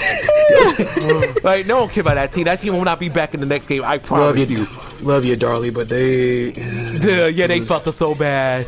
So bad. I don't think we'll ever see that's gonna be what it's done. Nakamura will be back. Nakamura will be fine. But I mean, this is Darlie's first and last KOF game. You heard it here first. Darlie went Darlieing. Like if we get Sam Show 8, then cool. But the Darlie wasn't Darlieing like in freaking KOF. No, like, her and Momoko are gonna have the sacred spot of being one-time characters in the KOF game. I'll let to go back and look at all the one-time characters in KOF. I have to go back and look at those. I mean, I like to be wrong, cause I do like Darlie. I do this to me, but I'm being realistic. Darlie's a one and done. I highly doubt SK's gonna bring her back in the next game. I'm right with you on that. It hurts me to say, but I'm right with you. Like it's just it just wasn't. It wasn't. And the messed up part is like you even see it with some people. The lines get blurred between two concepts. Because it's characters and usually probably like actually 3 possible. You look your mic a little bit off, Chris. I'm not sure you sound like a little robotic at certain parts, but I still can hear you. So I mean, I'll take it. They're not hearing you at all, but I want to let you know it's kind of a little robotic. It's probably a connection issue. Does that sound better? Yeah, it sounds better. Okay, good. I was gonna say the lines get blurred between these two particular things. Because people always talk about like what characters, like, you know, oh, like such and such shouldn't come back because like nobody was playing them. I'm like, yeah, but why weren't they playing them? Were they not like enjoyable, or are you looking again at competitive with meta and stuff like that? Because it's only like in competitive tournaments and such like that where you can actually tally up how much usage a character gets in. When it comes to the casual player base, unless they're doing like I think Mortal Kombat might have did in MKX, where something out there was like tallying every single time someone play that character. Picked, I want to see that. Like, I know Street Fighter does it, and I know Tekken's doing it right now too.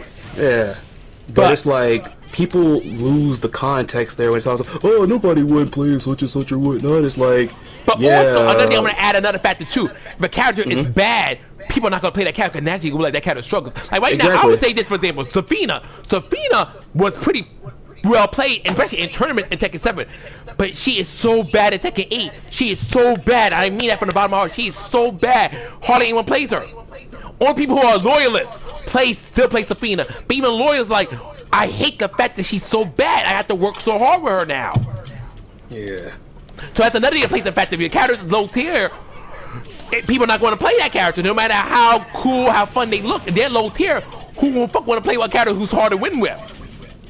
And the thing with Darlie is, I feel like this is one of those instances where it is just how they basically made her. And it's like, it's one of those times where it's like this character could get buffed many times, but it's like they're not gonna get to freaking play. I think back, even though this is not a good example because this character did see some play in the later stages of this game, but it reminds me because I mained him, Street Fighter V Alex. I mained Alex ever since he had debuted, and he had been low tier for the longest of time, but you know, like every single patch he was getting buffed, he was getting buffed, he was getting buffed. In the last run, in the last leg of Street Fighter V competitive, he did, you know, he saw some competitive play, like, you know, higher play and everything, like some high level play. Yeah, but I think what probably what hurts Dolly the most, her weapon's just not realistic. Okay, it's too big. I know if you like, but Billy Khan whip, fighting with a whip and fighting with a bow staff is a little more realistic than fighting with Dolly's little weapon. The thing is, Billy's style works more for like these types of games, even though I think like he's still considered pretty garbage right now. But he is garbage. But in general, but also think about it. This was a Billy. This was a Fatal Fury character going into King of Fighters, where everything was crossing over. Now, between these two worlds we're talking about, which one of them is a little bit more out there when you travel? Like going from Fatal Fury to King of Fighters, or going from Samurai Showdown to King of Fighters? Like, if you're going, and I'm not saying like Samurai Showdown characters obviously can't be in King of Fighters and work. I mean, Nakaruru, hello. Nakaruru worked 14, well. 14 and I have was, an honest theory. 14 was Reign of Terror. Yes. Remember that? Yes, we all remember that. Everybody that auntie played Nakaruru because that fucking Mamaha pretty much destroyed everything. And Mamaha, it still hits you. I feel like characters with short weapons. I can see Nakaruru, Galfer, Shiki, but characters like Dolly Dagger will not work. Characters like Yashimaru will not work. Yashimaru? I don't think Yashimaru will work. I'm sorry. Woo will work. They could probably take some stuff with him and kind of tone it down, but it's just the one thing that will probably be bad for him. Freaking KOF is like, and I would imagine they would not have this, but I hope they would take it from him. His jump is gonna, like, his jump would kind of screw him in KOF. As a matter of fact, all of his shenanigans come from like him, like throwing the freaking sword, and it's like all that stuff is air based. So he's weird. Yeah, Yashimaru would not work. I'm sorry. I love it. If I'm proven wrong, I'm more man enough to say, yeah, I'm wrong. He actually works just fine. But Yashimaru's playstyle would not work in KOF. At least not to me. He's strange. Wu would work because the way her playstyle, I can easily translate to a KOF style. I honestly think Wu probably would be top tier. I actually think she would be a monster. I think she would actually be a terrorist in King of Fighters 15. Per her playstyle and a KOF style, she would be a nightmare. Actually, I think she would be a nightmare. Low tier, freaking Sam show, top tier KOF. And people gonna be like, no, she's really a KOF character. Like, Wu will work so well in KOF. I can see it right now. She will work so well in KOF. Plus, I want to see her and Meitaku interact. You mentioned Galford, and Hanzo technically was in there. Albeit Master Impact. Yeah, he was basically a skin. But he had his own moves. Like he shared stuff with Nagase, but he was his own character. But he was very similar to Nagase at the same time too. Yeah. But really, Nagasa's more like similar to him because she was based on him. I actually think the Kazama brothers would be good in KOF. Both of them. Sogetsu and Kazuki. Yeah, I can see the Kazama brothers working. I can see more so Kanzuki than Sugetsu, but yeah, they could work. They could work. Another guy who would never work for KOF, and I don't care how I like her, Mina would never work for KOF. I'm sorry, I'm gonna say Mina would never work for KOF. I think she could. I just think that character might be a little too busted for freaking KOF. I honestly I think she'd be a little too much, honestly. Like, I think I'm having nightmares of when she debuted, when that character was broken to all hell, honestly. Because I just feel like she would probably kill the game. I could just picture it. It's just like she's gonna have like that one. Matter of fact, like Mina, freaking KOF 15. Then you know whose pick rate's probably gonna go up? Liz's. Anybody who is anti-projectile, like we just pretty much finished burying I'm kidding. But Mai's also anti-projectile as well, but. And I think people don't really like that, honestly. It's like, boom. Like, imagine Mina's a KOF 15 and she's broken to all hell. And it's like, oh well, there's a Mina on the team. I gotta have a Lizzie over here. I don't think people like being deadlocked into counterpicking like that. You know what I'm saying? I mean, people do it when they went to. I remember freaking Shahai played Kula. He wasn't even using, but he used Kula to counter Homeboy's Mason Kun. I forgot the guy's name. Lacid. Yeah. Like, so people would pick a character that, like, you know what, this character fights this character well. I normally wouldn't play him, but this particular matchup, I'm gonna play this character. So people would do that. Well, in that case, that was a tactical thing. I'm talking about, like, literally when it's like, you have to.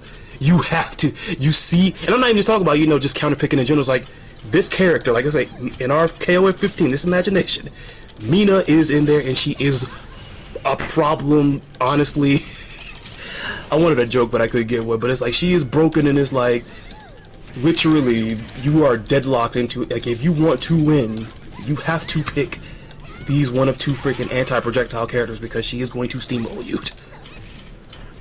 Like, thinking of, and I like Mina as a character because I like the fact that they kind of like, again, people like watched my freaking video about my favorite characters, which I didn't realize, by the way, I was one character short. There was, I went back and watched it and I was like, wait a minute, I skipped it down. There's gonna be an update to that because there's obviously some updates, but like, so many people just saw the fact that it was mostly a bunch of women, but like, I mean, you didn't see me lusting every single freaking bloody time with every single entry. No. I can tell you other things I like.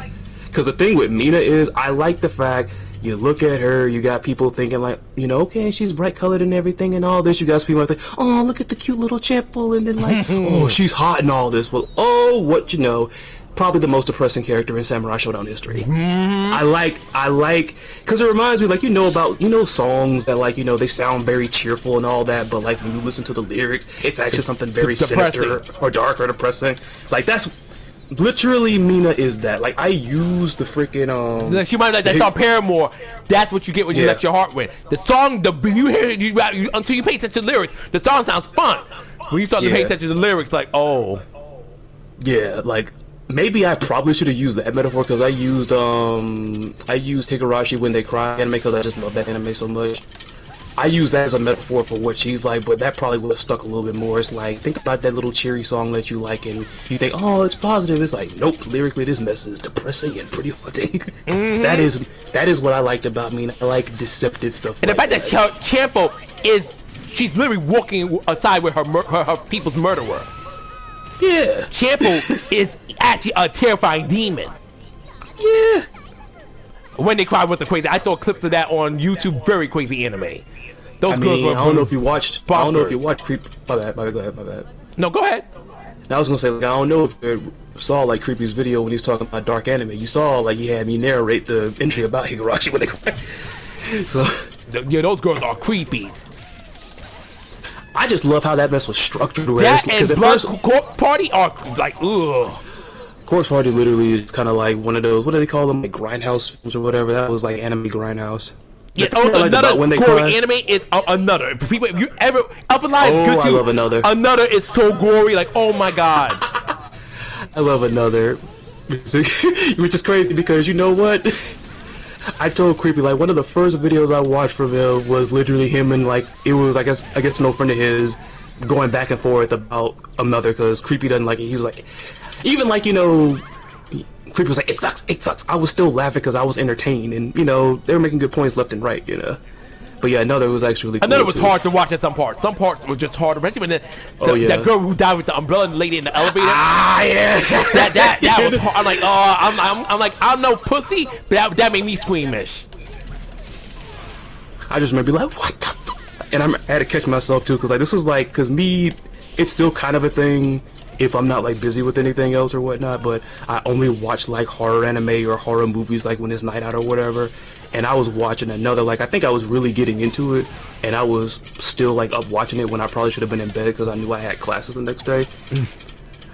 And when I saw that scene with the umbrella, I almost, like, screamed. I was like, what? But I caught myself, I was like, what? What was that?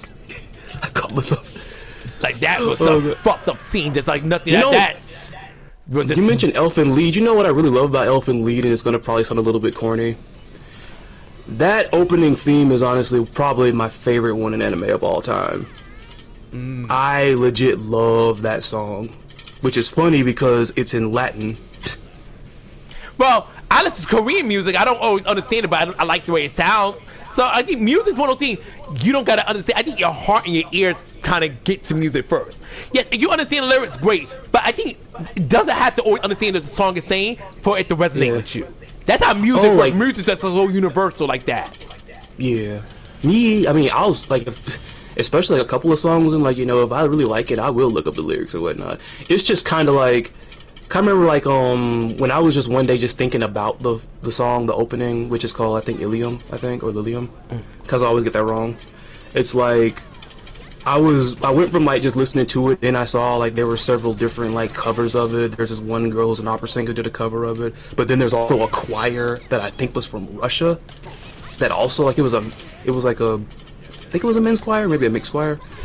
But yeah, because somebody pointed out how it's like, yo, we got a Russian choir singing a song from some Japanese media, and the song is Latin. It's like, how dope is that? That is crazy. That is quite unique. That is a very unique thing. My favorite song as a kid, like anime, I like the ending of Inuyasha. The ending of Inuyasha had good music. Yeah, it had great music, especially the ending music. I loved it. Yeah. I love how freaking Mina has us over to talk about anime now. But yeah, like, I mean, as far as like being functional in KOF, I could see it. It's just I think she would just be too much, honestly. That's good take, like, I know you say she wouldn't work in KOF. I think she could. It's just that I think it'd be too much. I mean, you could, we're not supposed to agree on everything. I just don't see it. I just don't see it. I just really think Mina would be. We've had different views on a lot of things that we've never described. Yeah, we never like no. That's one thing I love our friendship. And I think I tell people I don't want to echo chamber as a friend. I want people with different opinions. If you agree, great. As long as we agree on the right things. Like, if we disagree on something, like it's not racism, homophobia, like something like misogyny. I tell people all the time we can have disagreements. That's part of life, as long as we do it in a civilized manner. The funny thing about even with these different points is like I think both of us still arrive at the same thing. I don't think either one of us want to see her in the KOF. I don't have a problem with Mina. I don't hate things like that. Oh, I don't like no. I just don't think she just will fit. The only samurai show cast I think will fit, honestly, is Shiki and Wu. Shiki, Wu, Galfer, definitely. Yeah, Galfer would fit. He would fit.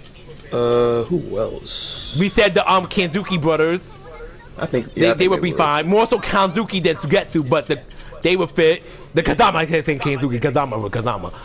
Who else I think is too much. Wanfu, I think is too much. Wanfu, no, he wouldn't work. Cause I get like what cause at least for me, I think the idea of the Sam Show team, as far as like them structuring it, was that they wanted somebody balanced.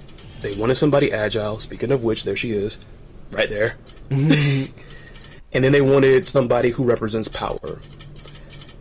It's like, again, Nakaruru, not even just because, you know, she's in the story, but, you know, again, very agile character. Like, it's like most of the agile characters in Sam Show would be a good fit for KOF. But, I mean, Nakaruru, like, easy fit. She's agile. Another character who would work, but I would not want to see her, but she would work. Rimi Woo will work just fine in KOF.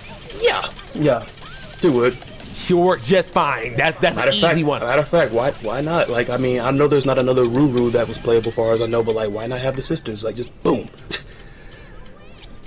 The only reason I like because I like to make obviously her interaction with Kula, and she'll be the second ice user in a canonical KOF game if she were ever put into KOF. But I just don't really care for her like that. Me neither. Like, when she was the first DLC, I just kind of like shrugged until I had to learn that matchup because it was annoying. Speaking of annoying matchups, I'm still freaking married. No, I like the funny with Remove. I don't hate the character, but I like she's the character. I want her stuck just in Samurai Showdown. I don't want her like in anything outside of Samurai Showdown or like a Neo Geo Battle Coliseum. That I can accept too, but I don't never really want her in King of Fighters. Now she looks like someone's ending on artwork. I'm cool with that, but her as a character, pass. You know what? Like, that's the part. Like, and I hate to go back to it because I know we want to get away from this freaking nightmare. But I'm still thinking, because you know who would definitely get probably literally zero freaking play if freaking Mina was in KOF15? You know who's getting zero play? Antonov. Freaking KOD is getting no play. Oh yeah. Only fucking Infernal Kong would play them, and that's about it. Yeah. Ain't no one else gonna play. They're hard to get played now. They're too much. They can't. They're not handle a character like Mina. Mina will door walk those characters. Yeah, I guess the big dumb robot can bulldoze his way into her, I guess. Yeah, Maxima, yeah, he'll have armor moves to help him through. He will have some armor moves to help him. Yeah, I know exactly what you're talking about, because that's how I feel about him. It's when we, how I feel about him, so I definitely picked up on that. Which is crazy, because the freaking character that he was seemingly modeled after, he looks cooler than him. Mm-hmm. Which is funny, because when the character... Tenchi, something like that, Taish. Yeah. Like the red, it's like City of... something like Cry City, some shit like that. After getting back on our subject about Sam Show characters that would work in KOF, seeing how they, and you're probably gonna know who I'm talking about instantly once I mention this other game, seeing how they actually, seeing what they did with him in Neo Geo Battle Coliseum, I think Ashura would definitely, probably be a little super powerful, but I think Ashura would work. Ashura would be fun to see, but a little bit. But know who else would work? And I can't believe I just remember her now. Iroha. Oh yeah. She will work like a charm in KOF, like a charm. She will work. Oh yeah, they gonna buy that DLC up there. She's day one. They don't be kidding. She's low tier now. She gonna be day one. Like I want. Say less. Make her top tier. Say less. I'm buying Iroha. Say less. Oh god. Let's see. Who else? Another guy who will not work, but would be funny for me to see them. They will not work. It's Orochi. I like trying to see that robot from Samurai Showdown 6. Orochi. I'm trying to think. What's his name? Orochi Maru. It's not Orochi Maru. It's Orochi something. It's that little robot, that Japanese-looking robot. I can't think. I know more. Man, I want to bring more robots into the mix. It's like, well, we got to make sure people forget about the other one. I can't remember his name, but he. But that's a character I was like, for shits and giggles. Honestly, do not put him in KOF, but for shits and giggles, it'd be funny seeing like a character like that in KOF. You know what's the most bizarre thing I think I see in a fighting game, and then people were pissed off about this? I'm not sure you remember this flop known as Capcom Fighting Jam, but Hauser, that fucking dinosaur. People are like, how the fuck's that big ass fucking dinosaur in this damn game? Like. Ochamaru Karakuri. Yes, that's what I was thinking of. That'd be so funny to see him in KOF. Why not, man? Why it'd be so funny. But realistically, would not will happen. Realistically. Another thing I showed that could work. Hey, you know what? Honestly, why not they put him in 15? Because, like I said, if there's one thing that Sylvie kind of sort of like filled quota for, there weren't any freaky characters in freaking KOF 15. Everything was kind of leveled. Like, yeah, they toned Sylvie down, which I hate that. They did tone her down, though. I fucking hate that so badly, but they toned her down. I hate that they toned her down so badly. So she's not nearly as witty as she was in 14 and 15. 15, that's the thing I can't get with her in 15. 15, she's a good character, obviously, for tournament. She's stronger than she was in 14, but she's not. I miss that wittiness she had. I miss that kookiness. Like, she lost it to be more appealing, and I fucking hate that. They toned it down, but they handed, like, hey, you know, we handed her this bullhorn, though. Like, they toned out her wickedness so much. I hate that so much. I liked when she was kooky. You know what made me think of today, made me sad? I thought about this today. I was on Twitter, as I'm often am. Someone put an old video of Asuka Kazama, like when she first debuted at Tekken 5. I'm like, wow, I forgot how cool Asuka used to be before she came Lily's fucking rival. I'm like, oh my god, I forgot how cool she used to be.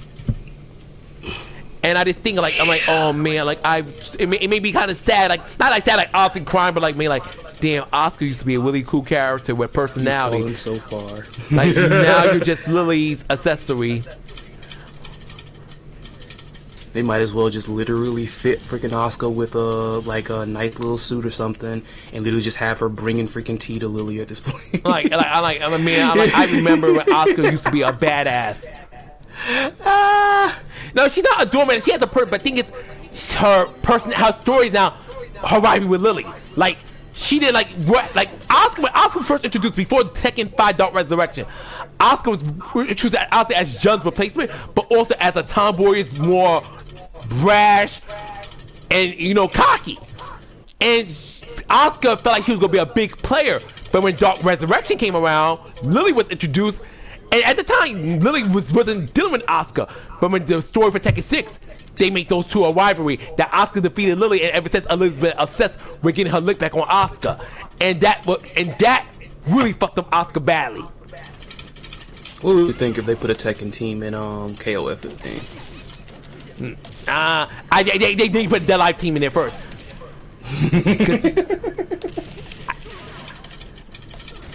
Like they DOA. That to me, like, and I'm not saying you don't get me wrong. I don't hate Lily, but Asuka being stuck as Lily's rival really fucked up Asuka's story. Yeah. It really did. I don't know why they had to feel like they had to repeat the Sakura Karin Kazuki relationship with them. I don't know why. It really hurt Asuka. Cause I was more happy with her when she used to beef with Fang Wei. Then when now she came like a rival with Lily, like great. Makes me kind of wish Karin was in freaking Street Fighter Cross Tekken a little bit. Yeah, I'm surprised they ended up putting Sakura on Blanc instead of Karin. But Capcom's trying to save on assets. That was random. But then again, my bias is showing because I can't stand Blanca. Never liked Blanca. Nope. I don't care for Blanca, but I don't hate him, so it's like that thing. Nope. I hate fighting him in Street Fighter 6 though, because people playing like a bitch. But outside of that, I don't mind Blanca. I've never liked that character, honestly. That's why I say I always roll my eyes when it comes to them freaking nostalgia. Like, well, Blanca's cooler than all the... Like, no, he's not. You just want your nostalgia bit. But that thing is Joe Justin, Karin and Sakura, both characters still have their own agency despite each other. To me, it's like when Lily was introduced, Asuka lost all her agency. Sakura's still Sakura. Karin's still Karin. They don't need each other. Yes, they are a rivalry, but they exist outside of each other. To me, like Asuka got souped up with Lily's story, like a soup. Like it's like what happened. Asuka was like a blueberry raspberry smoothie. Lily's the banana. Lily was thrown into the smoothie. Now all you taste is the banana. All you taste. That's what Lily did to Asuka's story. Nothing but banana.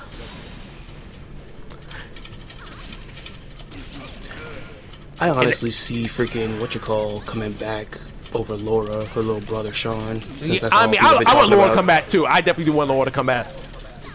I gotta stop doing that super on the side because that shit don't even connect. Yeah, pretty much. It's fucking unfortunate, but it happened. And like I said, I just wish Asuka that didn't end up like that. But it is what it is. It be what it be. Now in Tekken 8, you gotta have coffee. I'm hoping in a sense that Asuka and Lily's rivalry grows. I would like that, so Asuka get her own shit again. I really would like that. So Asuka get her own shit again. That'd be so nice. Yeah, so get on over there and you mess around with the coffee lady so I can get back on track. Yes, that'd be so nice for Tekken 9 for Asuka to have a story outside of Lily and have Lily and Asuka continue their little new rivalry. You can tell Asuka, Lily and Asuka still could be good friends. They can still, you know, but they can still have special interests with one another. But I want Asuka to have a story outside of Lily. Yeah. I'm trying to think, what was it? I forgot where I saw this, but somebody had theorized that pretty much the fact that they had like Asuka basically kind of just, you know, where her storyline went and everything. Somebody theorized that that's why Reina was made to get like another cool Kazama or Mishima. Honestly, like now if you look at I would tell you first speaking, I'm not Asuka and Tekken 5 reminds me what Reina is now in Tekken 8. That's what they're saying. Like, I guess in their mind, they were like, Asuka became so much of a joke, where it's like, in this person's mind, they theorized that they felt like they had to revamp or like, at least get somebody new to finally get like another cool Mishima, Kazama woman up there or whatnot, which that's interesting, I guess. I mean, I could see that because I'm like, now look at it, like, damn, Reina really took Asuka's flow in terms of personality. In terms like me, obviously she's more sadistic because she's Heihachi's daughter, but she took a lot of Asuka's badass tomboy personality that Asuka had when she first debuted it. And I didn't realize that until today. I'm like, oh shit, really? Honestly, Reina's kind of like evil Asuka.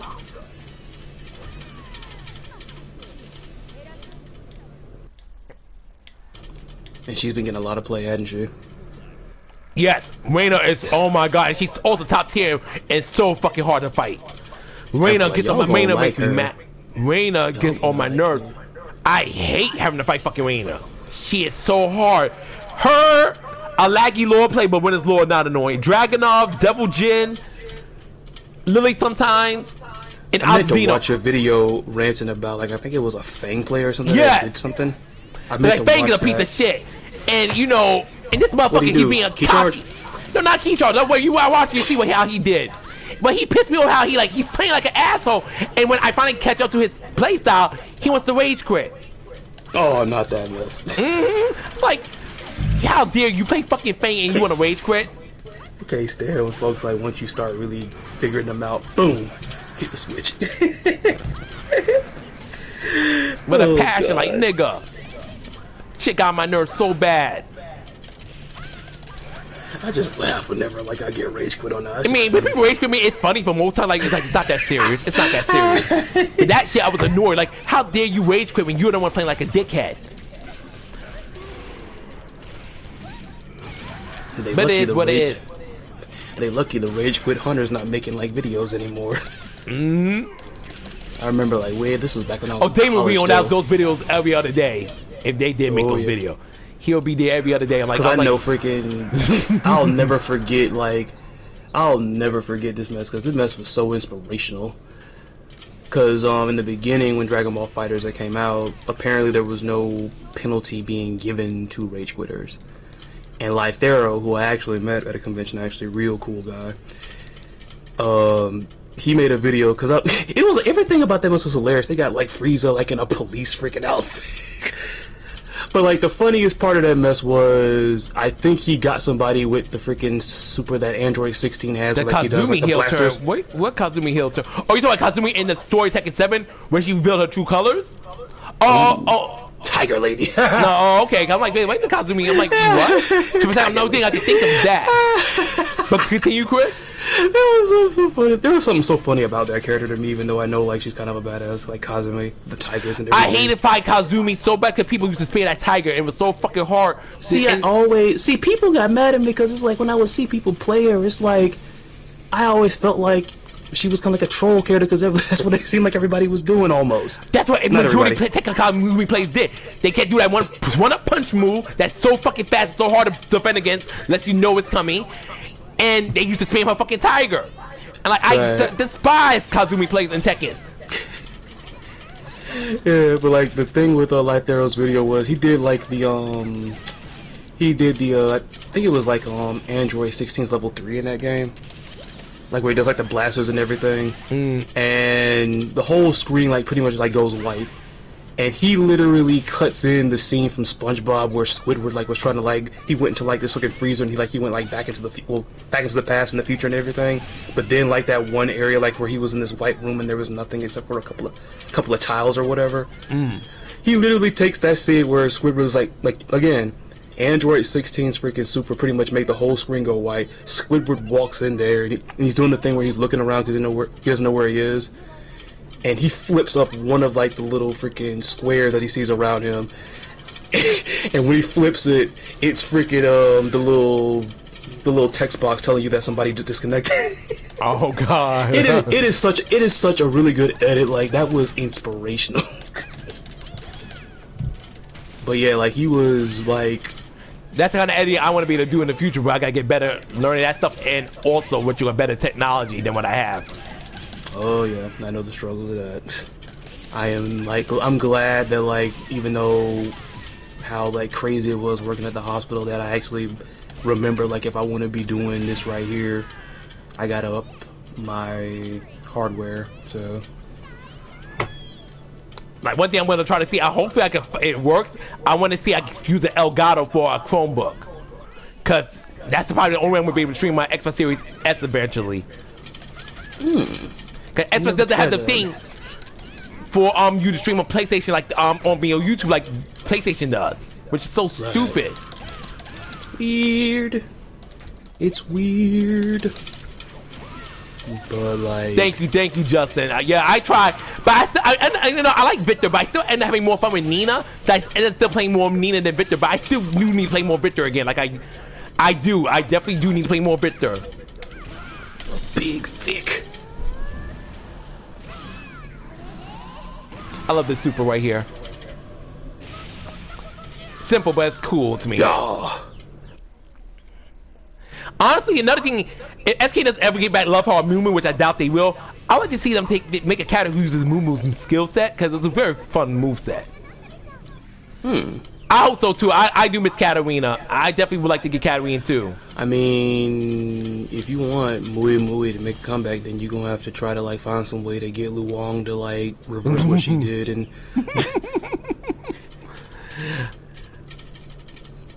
Yes, I'm so glad Nina got her cat suit too. I'm so glad I bought that shit as soon as it was available. But yeah, I'd like to see them. I like to see a character who uses Love Heart's move set and a character who uses Moo Moo's move set in King of Fighters, especially if they don't come back. Which a chance like that is slim to none. Especially Love.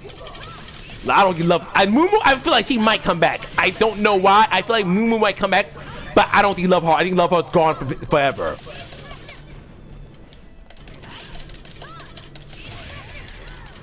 That low-key sounds like a sad statement.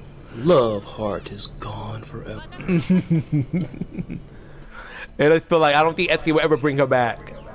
I don't know why they gave her away, but you know, at the same time, SK is not a greedy company. We can say a lot about SK, but they seem like they're very generous people. I mean, you kind of reminded me there about like the whole teaming up with Arika to revamp some old stuff. So I mean, Lord knows what they got cooking now if that's the case. I mean, this is the reason, like. Oh, that's making me think. You know, we just found some shit now. Think about the Arca shit that you brought up real quick. I'm sorry to cut you off. Yeah. Imagine Skullomania coming to King of Fighters. I mean, he kinda sorta was in one of their games, sorta. He just got ladyfied. Very true. I didn't realize he was like. I didn't realize there was like another freaking like. I didn't realize like he made a guest appearance. Like I didn't know anything about like that Fighter Maker game until I did that freaking guest character Iceberg. Justin, yes he is. Yes he is. I hope he gets his lick at next season 2 of Tekken 8. And that Zombie Bride is such a cool character concept. Like that is again, man, which is interesting because Creepy obviously knows, you know, I'm all about like the fighting games when it comes to like content and stuff like that. Because when he was doing his disturbing video game Iceberg, he was wondering about like, were there really any like fighting games that like, you know, disturbing his like horror really hasn't played much of a role in fighting games in the past while or so. Darkstalkers has been on the shelf, and everything else is kind of indie or under. Yeah. So many fighting games I would like to see make. I really want a new Darkstalkers. I really, really do, but I'm not gonna hold my breath for it. You saw what the Iceberg video? I'm guessing that's what he means. Justin. Yeah, I know. Cool. I know. I see the comments. I tell people I'm a little bit delayed, but I ain't stupid. Yeah. I miss Darkstalkers. I also miss Dead Alive, but it's not that old yet. I still have some hope for Dead Alive. It's Corey Tecmo gets the shit together.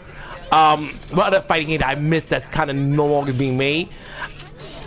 I'm trying to think. There's a name for it. I'm just trying to think. Justin, like I appreciate that. One of my goals this year is to go ahead and get the version 2 version of that video out, because I've had it kind of in the waiting for a little bit. It's just I've kind of just sat back and like waited for stuff, and then I was forced to sit back because I was recovering. But then lo and behold, I guess it was a blessing in disguise, because there's some underground stuff that I missed. There's some new stuff obviously that's happened, which is very funny, because one of like the last, and I don't like talking about it, it's on YouTube or whatever, but I mean, I won't talk about it unless I can make a joke out of it. But I know one person commented on it and they got mad at me because I did not have freaking 2B and freaking Grand Blue on there, and I'm like, what? I would like to know where this future site I allegedly hold is. Please tell me, so I can channel into it. So I can channel into it, please. Holy please. shit! You supposed to know that, Chris? Chris, you can see that far in the future. Chris, how long I'm gonna be single? How long? Chris, please tell me how long. When's my next man? When's my next man? I've been alone for a long time. I need somebody to help with these future sight powers. I need it now. Like, when is my next man? Cause I need to know how long I gotta wait. Cause I want to see if this Street Fighter 6 leak is freaking. I'm tired of using my hand. When is my next man? I'm telling you, man, I need somebody to like unlock these ESP, like whatever. I need somebody to unlock it for me, please, please. Because if I've been sitting over here on some freaking future sight powers or whatnot, then I've been messing up, man. I've been messing up. Like shit. Someone, I need to know right now. Child, don't feel bad. We're glad to see you here. Happy Sunday, Damien. Yeah, but yes, Damien, how you doing? I might not play KOF. If you want to play some Tekken 7 on my PS4 today, I don't mind, but I'm not going to turn my Xbox Series on anytime soon right now. So you want to play some Tekken 7 when I'm done with this stream, I'll play a couple matches with you, not a problem. Is the Xbox Series X and S just that freaking never not? No, I don't mind that. I just don't feel like playing it today. I'm in the mood for my PS4. No, it's fine. I was playing a lot of Tekken 8 yesterday. I don't feel like playing it today. Okay, cool. Oh my god, that was just like, I want to know, like, who do I need to see to unlock like this? Like, is there like a freaking, like, I don't know, like there's some Illuminati or something, like freaking shit. God, how the fuck were you supposed to know 2B was coming to Grand Blue? Like, someone said you forgot 2B. Sir, this video was made 2 years ago. Oh, you know some more about that? You know some more about that? They even acknowledged that that video was made before it happened, so it's like, they did? Yes. Yes. Oh my fucking gosh. Oh my fucking god. But hey, I feel like they answer their own question. Yeah, I feel like I've grown a little bit when it comes to the dumb stuff on here, because like I just start laughing at it. I'm like, oh my god. So if he knows that happened right after your video, how the fuck were you supposed to know that? And he ended it by saying like not having 2B in the video was blasphemy. I almost responded by saying she is in there. Remember Soul Calibur? But that was, I'm like, man, I need somebody to, these future sight powers, man, somebody need to help me like unlock them, please. Like, shit, Damien, I don't even know if they improve. I'm gonna teabag motherfuckers to get on my nerves and Tekken all the time. Shit, now I'll never need improve mode. You know, for the longest time until like I had met you and like, started watching you play Tekken and you would like explain it to me, no one like, and this Tekken is like one of the top like games here like in my city. Yeah. Like it's Smash, then it's freaking which is not a funny game. It is okay. I'm not gonna. I think New York's more Street Fighter town. For me, honestly, to be real, I think New York would be considered more Street Fighter town. Yeah, but like we play other games obviously, but New York, I would say Street Fighter's our thing. Yeah, like I have so many friends that love Tekken and play it. Never once has like anybody like told me that the key charging thing was kind of meant to be just a middle finger. Never knew it until like knew it until like you told me. Yeah, you keep now you do it during the match. Sometimes it can be, but sometimes it's a setup. But most times key charges to be a dick to your opponent. So like motherfucker suck my dick kind of shit. I didn't even think people were actually teabagging Tekken because like it's 3D, like you might slip up or whatever, but it's like that's where the key charging comes in. See, that right there, Damien, I did know because one day I did go labbing with it. Like, it was Tekken 3 that I labbed Damien with. is not using for counter hits. Damien is not using for counter hits. It's meant for that, but Damien uses it to insult his opponent. Don't. Yeah, because like once I started, this was like in the phase when I was really trying to learn like how to really play these games, and like I would do the key charge like in the lab, and like once I started like learning how to read the data, like you know you sort of like your combos and percentage and everything and all that, I would keep seeing like counter, and it's like okay, counter hits or whatnot. But at that time, like I said, I was, and I remember it too. This was like me. I had just gotten a PS2 for Christmas, and like I had popped Tekken 3 right in there, and it did look better in the game, by the way. But it was like all that time, it's like I never freaking like until like I admit you, I did not know that was like meant to be like a middle finger. I actually learned that for David. I didn't know. I never used key charge like that. When I was like mad at my opponent, I would just hit him again after they were on the floor. But I never knew. But David was like, oh, this key charge. That's how you let them know they pissed you off. And at first I'm like, nah, I'm not gonna do it. And David kept telling me, no, just put the key charge button. Easy. Just go to your controller, set it on here, and like you can key charge so easily. And I just got used to doing it.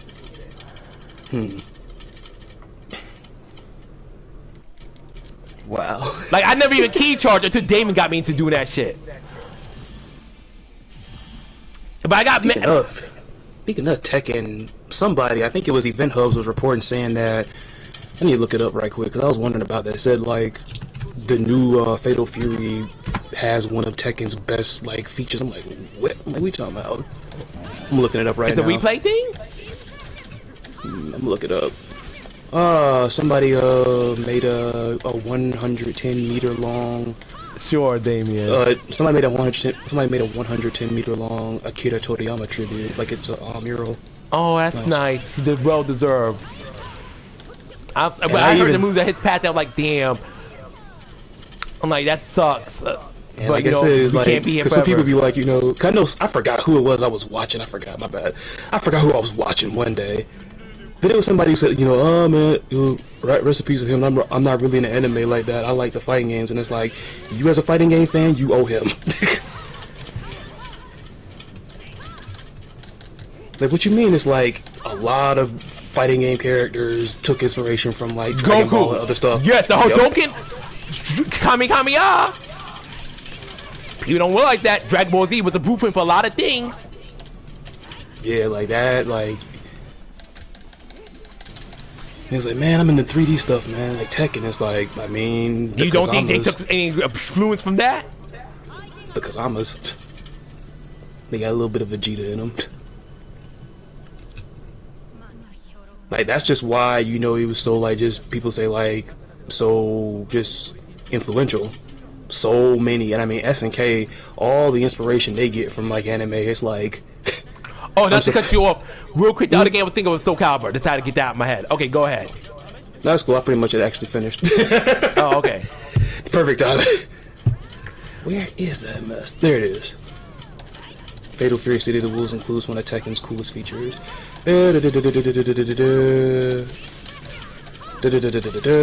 As can be seen a few times in the gameplay footage for Fatal Fury, City of the Wolves also has dynamic and dramatic slowdown. Oh!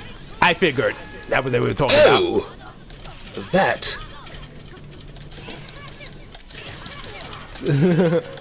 I just missed it. It's a good series, and it's a nice alternate game to have besides Tekken. And I wish Bandai Namco would treat Soul Calibur with some respect. But it is what it is. But I think that's another series that needs to come back.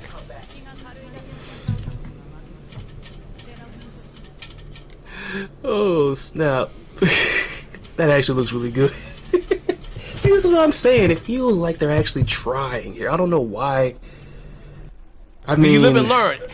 You live and learn, but like I said, doesn't still SK still better give our season 3. Like I said, that or something to hold us over, because I'm telling you, I don't think we get in the beta like until anytime soon. The winter mod.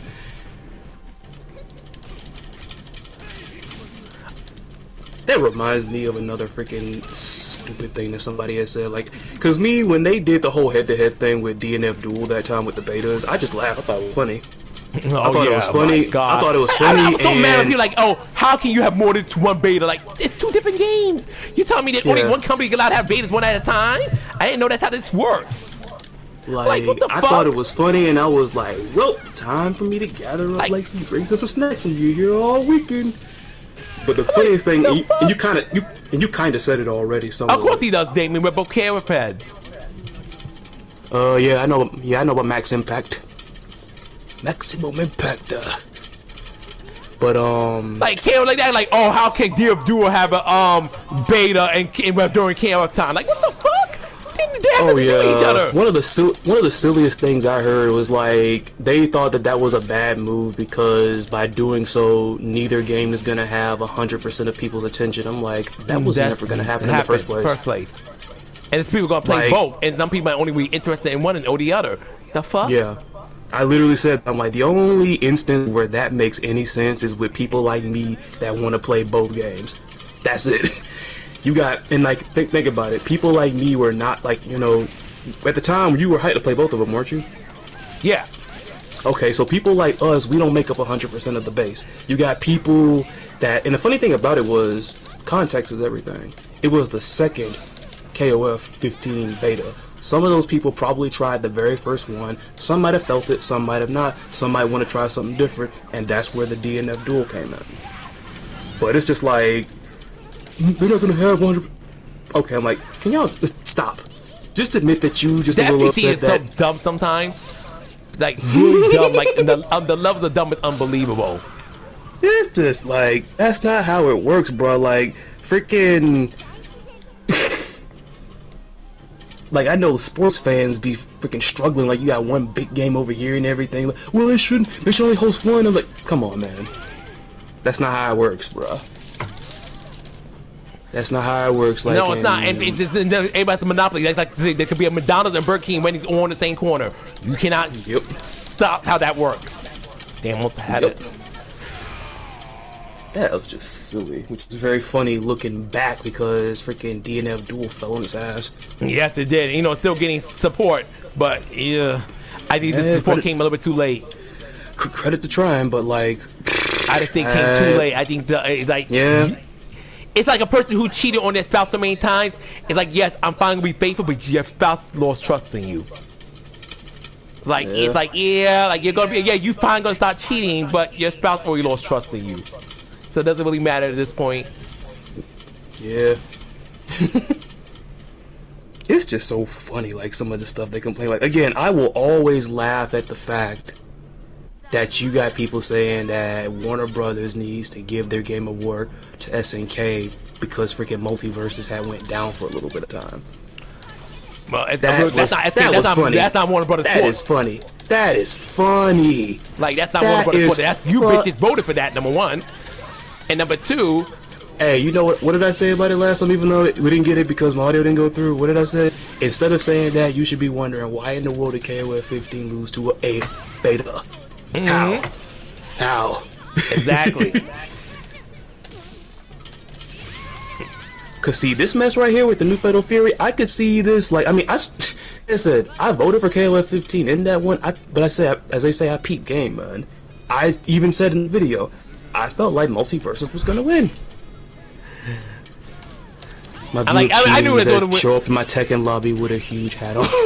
I know what you mean. That's why I was like laughing at him. Oh my, that's funny, man. It's like y'all acting like the freaking KOF15 servers are gonna shut down because they didn't win that. Like to me, like at the end of the day, you guys are going pop. They're going to always vote something more popular. And sadly, SK, no matter what, SK was not going to be our Warner Brothers game. Child, do I look like I got a fucking PC? I ain't no damn mod. Shit, there was a mod. You be seeing naked men on this shit. Got to protect them from freaking dog on YouTube and all that. Well, the men, I'll have a mod where they're wearing Speedos. Been something to my taste. Oh, the idle size thing? Oh shit, I don't fucking know, child. You gotta ask the modders that I be using the stuff that's in the game.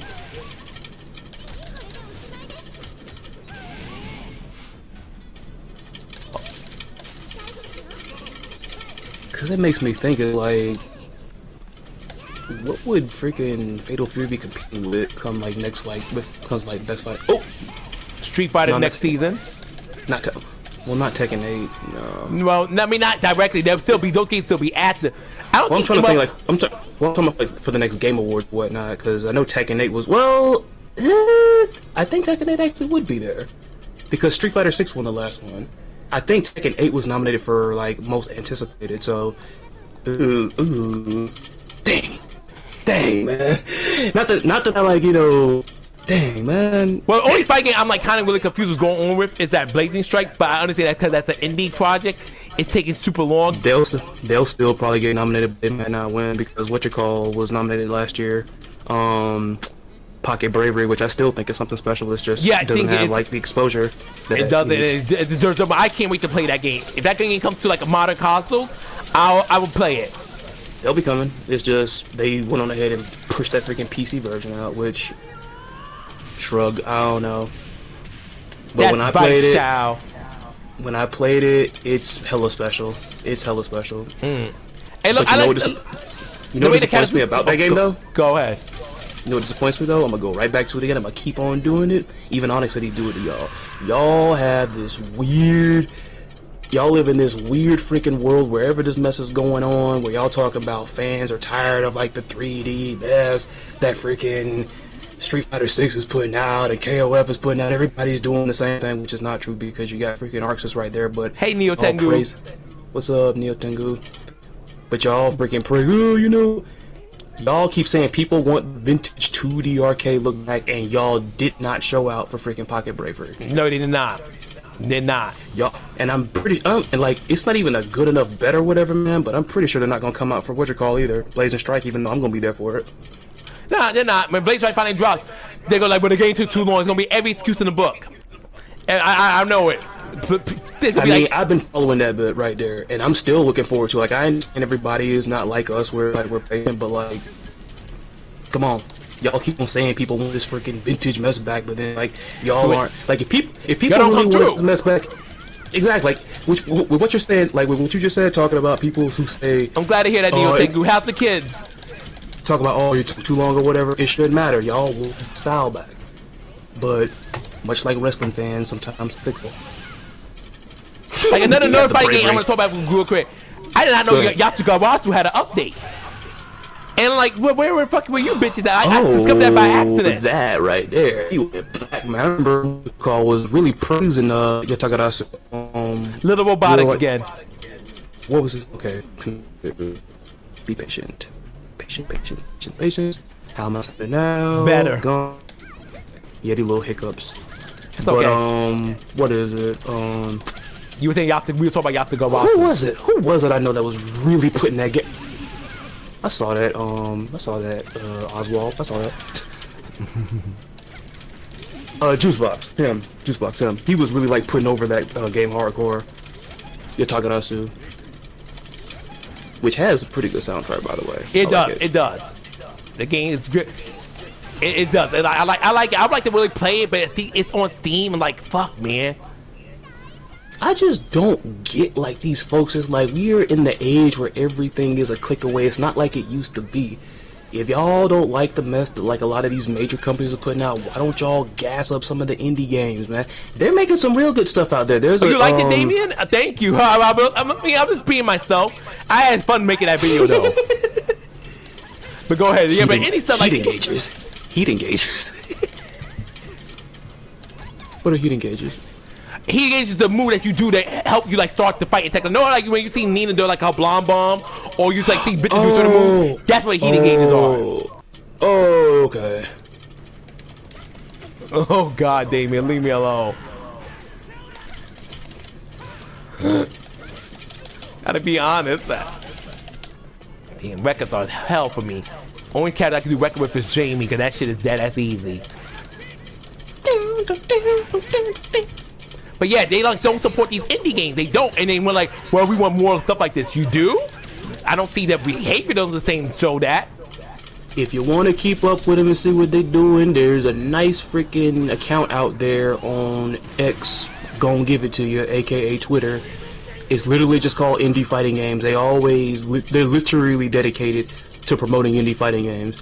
They posted an update about Blazing Strike, I think a couple months ago, and had it not been for that account, which I'll occasionally peek at, I would have not known, because most of like the big news sites, they're not really keeping up with it. They kind of gave up. Yeah, like the Kotaku, also what's that other one I fuck with a lot? I'm trying to think of the name. Event Hub. Yeah, like yeah, they don't.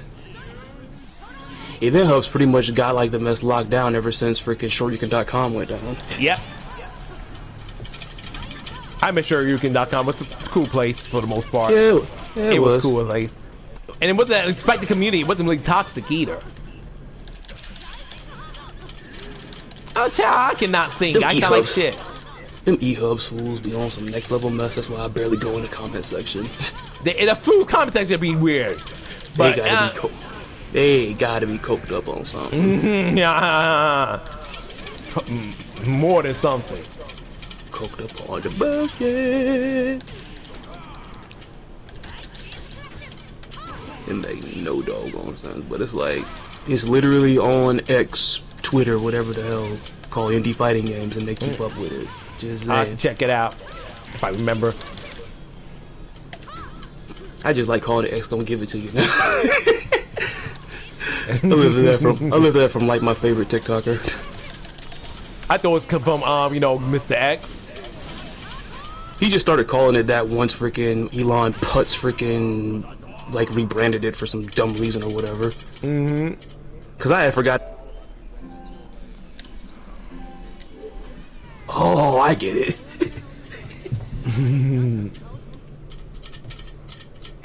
Sorry if there's anybody in the chat that like Elon.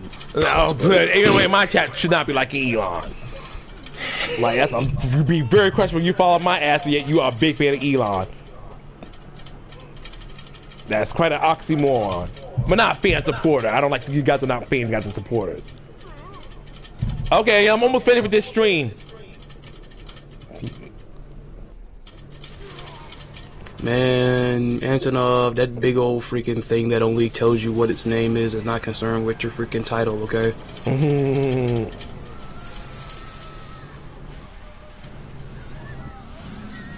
Imagine Verse literally being infatuated with winning a doggone title. You gonna pick that mess and be like, Verse! Praise be the Lord, Verse! For he has more going on for him than the other one.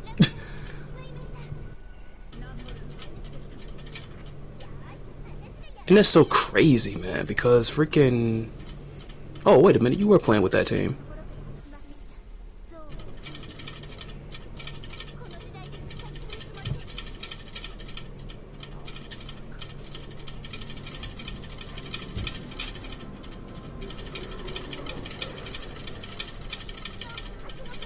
Aww, Kukuri's moody about his mommy.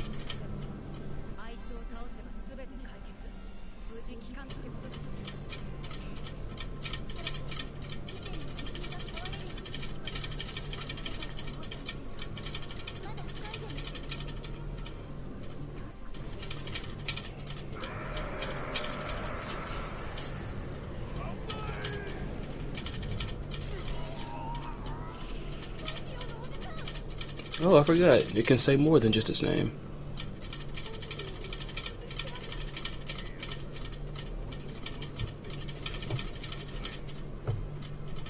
Loveheart talking like Asuka Loki. Could be the same voice actors. Could be. Seeing how some people, which I'm pretty sure you've seen it, have mentioned other characters that the confirmed Fatal Fury voice actors and actresses have played. I'm still not going to speak on that because I jinxed myself last time I talked about voice actors. Oh, Lord. I love the fact you got a kick out of that. I know the idiots you do in your comment section sometimes, that's why. Somebody freaking said that one good argument for having like that big old freaking, the big what's his name? What I said? Was it Dolvik? Born? Yeah. Some people say like the reason why we should already have him is because like freaking SNK keeps throwing these wimpy black men in here talking about, oh, what's his name, Clements right there. Really? Clements is a fucking voice announcer. The fuck, he ain't a fighter. The fuck? And why the wimpy black men they talk about? We hard to Heavy D? Lucky? No. I think Clements is, he's funny. He's cool. I like Clements. I hope to see him in every KO tournament for the rest of the, I don't care. I like Clements. I hope SK never gets rid of him. Don't turn him into a fighter. Can I do an impression of Onyx's voice? I don't know. Don't turn him into a fighter or nothing, but I like Clements. I don't know Damien. I don't know. Chris is too masculine to do my voice.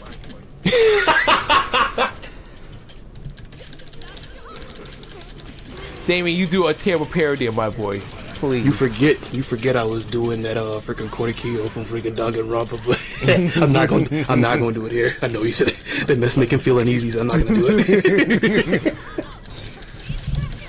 That character's voice is so creepy.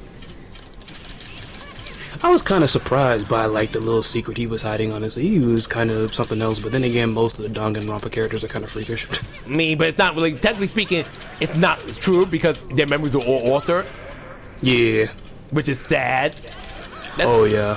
Very sad. Oh yeah. That Danganronpa V3 was actually one of the saddest Danganronpas you think about it. Oh yeah, that mess went. And I still hate how Kaede Edoku, she got killed for no reason. She didn't even do it. But she was set up and she couldn't prove her innocence. Yeah, that was screwed up right there. That was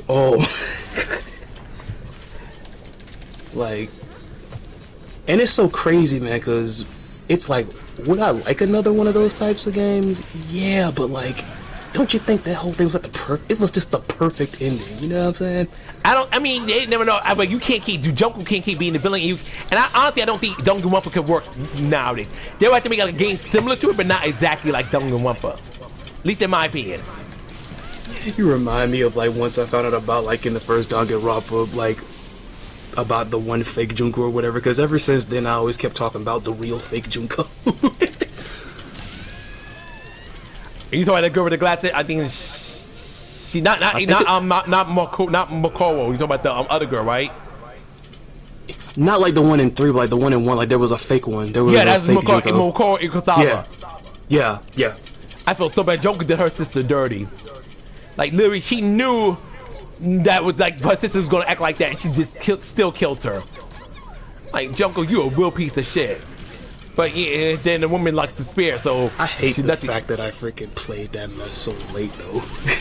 Cause like back when like I really got into Ace Attorney, so many people I knew said, "Oh, Danganronpa, you'll love it, you'll Danganronpa," but I just never got around to it. Like it was nothing against it. I just never got around to it. Gotta play this again. Got my ass kicked. Oh well. Verse.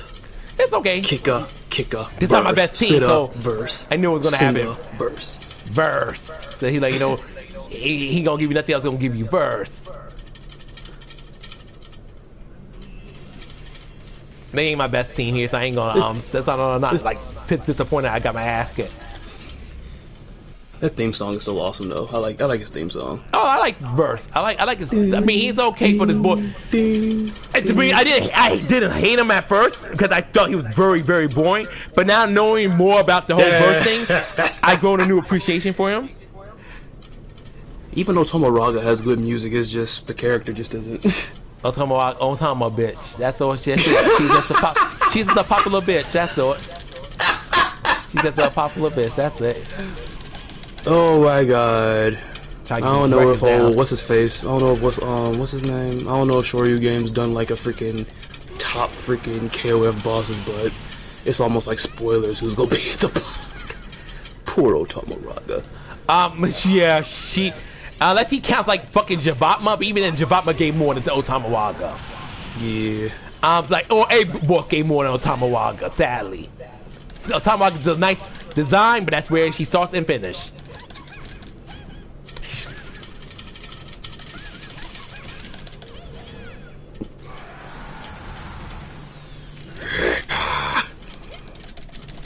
It's a big old screaming dude.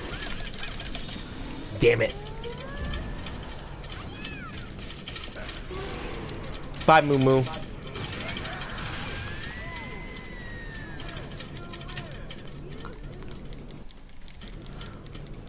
Man, what the world?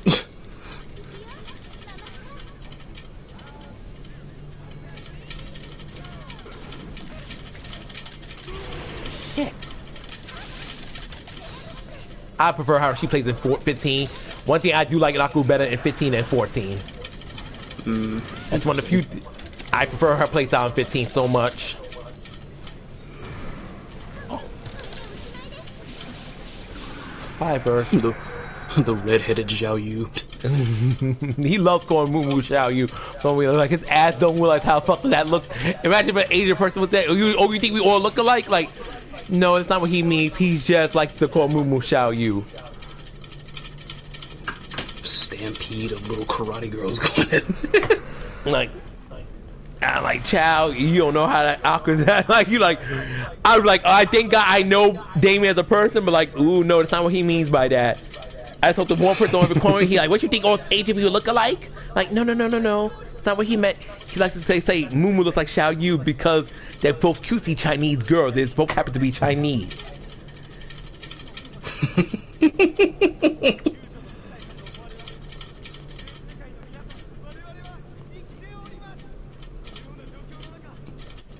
Yeah, call him what you want to, man. You can't say Clements ain't brave over here still broadcasting. That man was probably a war correspondent in the past life. No wonder he ain't scared. And hey, he came back to do KOF-15, and then on top of that, he was ballsy enough to even interview Yamazaki. You know what he does to people that interview I can him. definitely see that, Justin. They kind of do best with Zach's wearing the blue suit. I kind of see that, but Dengar Clemens has hair on his head. That, and I'm pretty sure he ain't that much of a ham. At least hope not. I don't think Clemens even. Clemens is probably a virgin. That man Zach be just thinking like he just everybody want a piece of this, everybody. Over here doing the anti-gravity and then fall on his face and freaking dead or alive.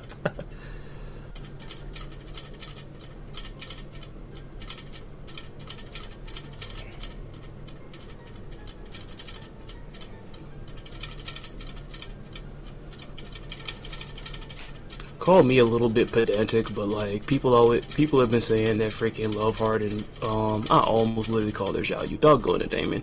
Mui Mui had freaking something like they're the new K49, and it's like y'all do realize the K49 mess was fake, right?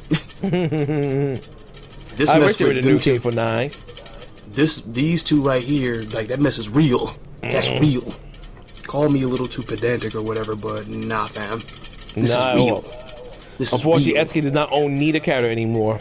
So much so, probably couldn't even say their names in the story when they were telling the Sam Show team story.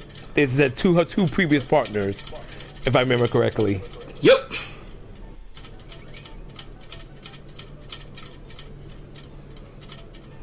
Maybe, just maybe, it was a good thing they didn't do cinematics in there or whatever for like these stories. like what they would have done and like had them on there, but they've been blurred or like pixelated. I'm just gonna gag if there's ever a King of Fighters 14 like retelling or like a special edition. You know, we definitely Nakamura just did. It's no partners next to her, just Nakamura by herself. I'll be like, oh shit. I'm like, oh shit, that's fucking single entry Nakamura. Be careful, might get that purple Nakamura then. Or Rara. Maybe they're gonna put Nakamura down by her like she'll be with the other DLC characters. She's not DLC, she'll be down there with the other DLC characters. Singles, baby. That'd be hilarious shit. Like, damn, they really can't use Moonlock and Love Heart anymore. That was so crazy, since I'm just looking at like, the little staff role, Tomoaki Maino. That was so crazy how he ended up voicing Luke in Street Fighter. Anyways, this is the end. I'm about to play some Tekken 7 with Damien, Chris, so I'm going to let you go. Awesome. Thank you so much for coming. Thank you. Got it right this time. Yes, we did. We got it right this time. It took a little struggle. What's up, Passion? Yeah. It took a little bit of a struggle, but we got it right this time.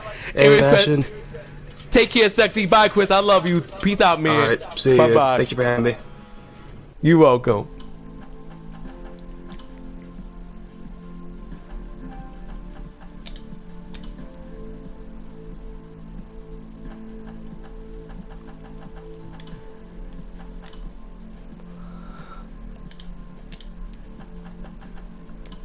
Oh, I gotta protect it in. I forgot I had Guilty Gear in here.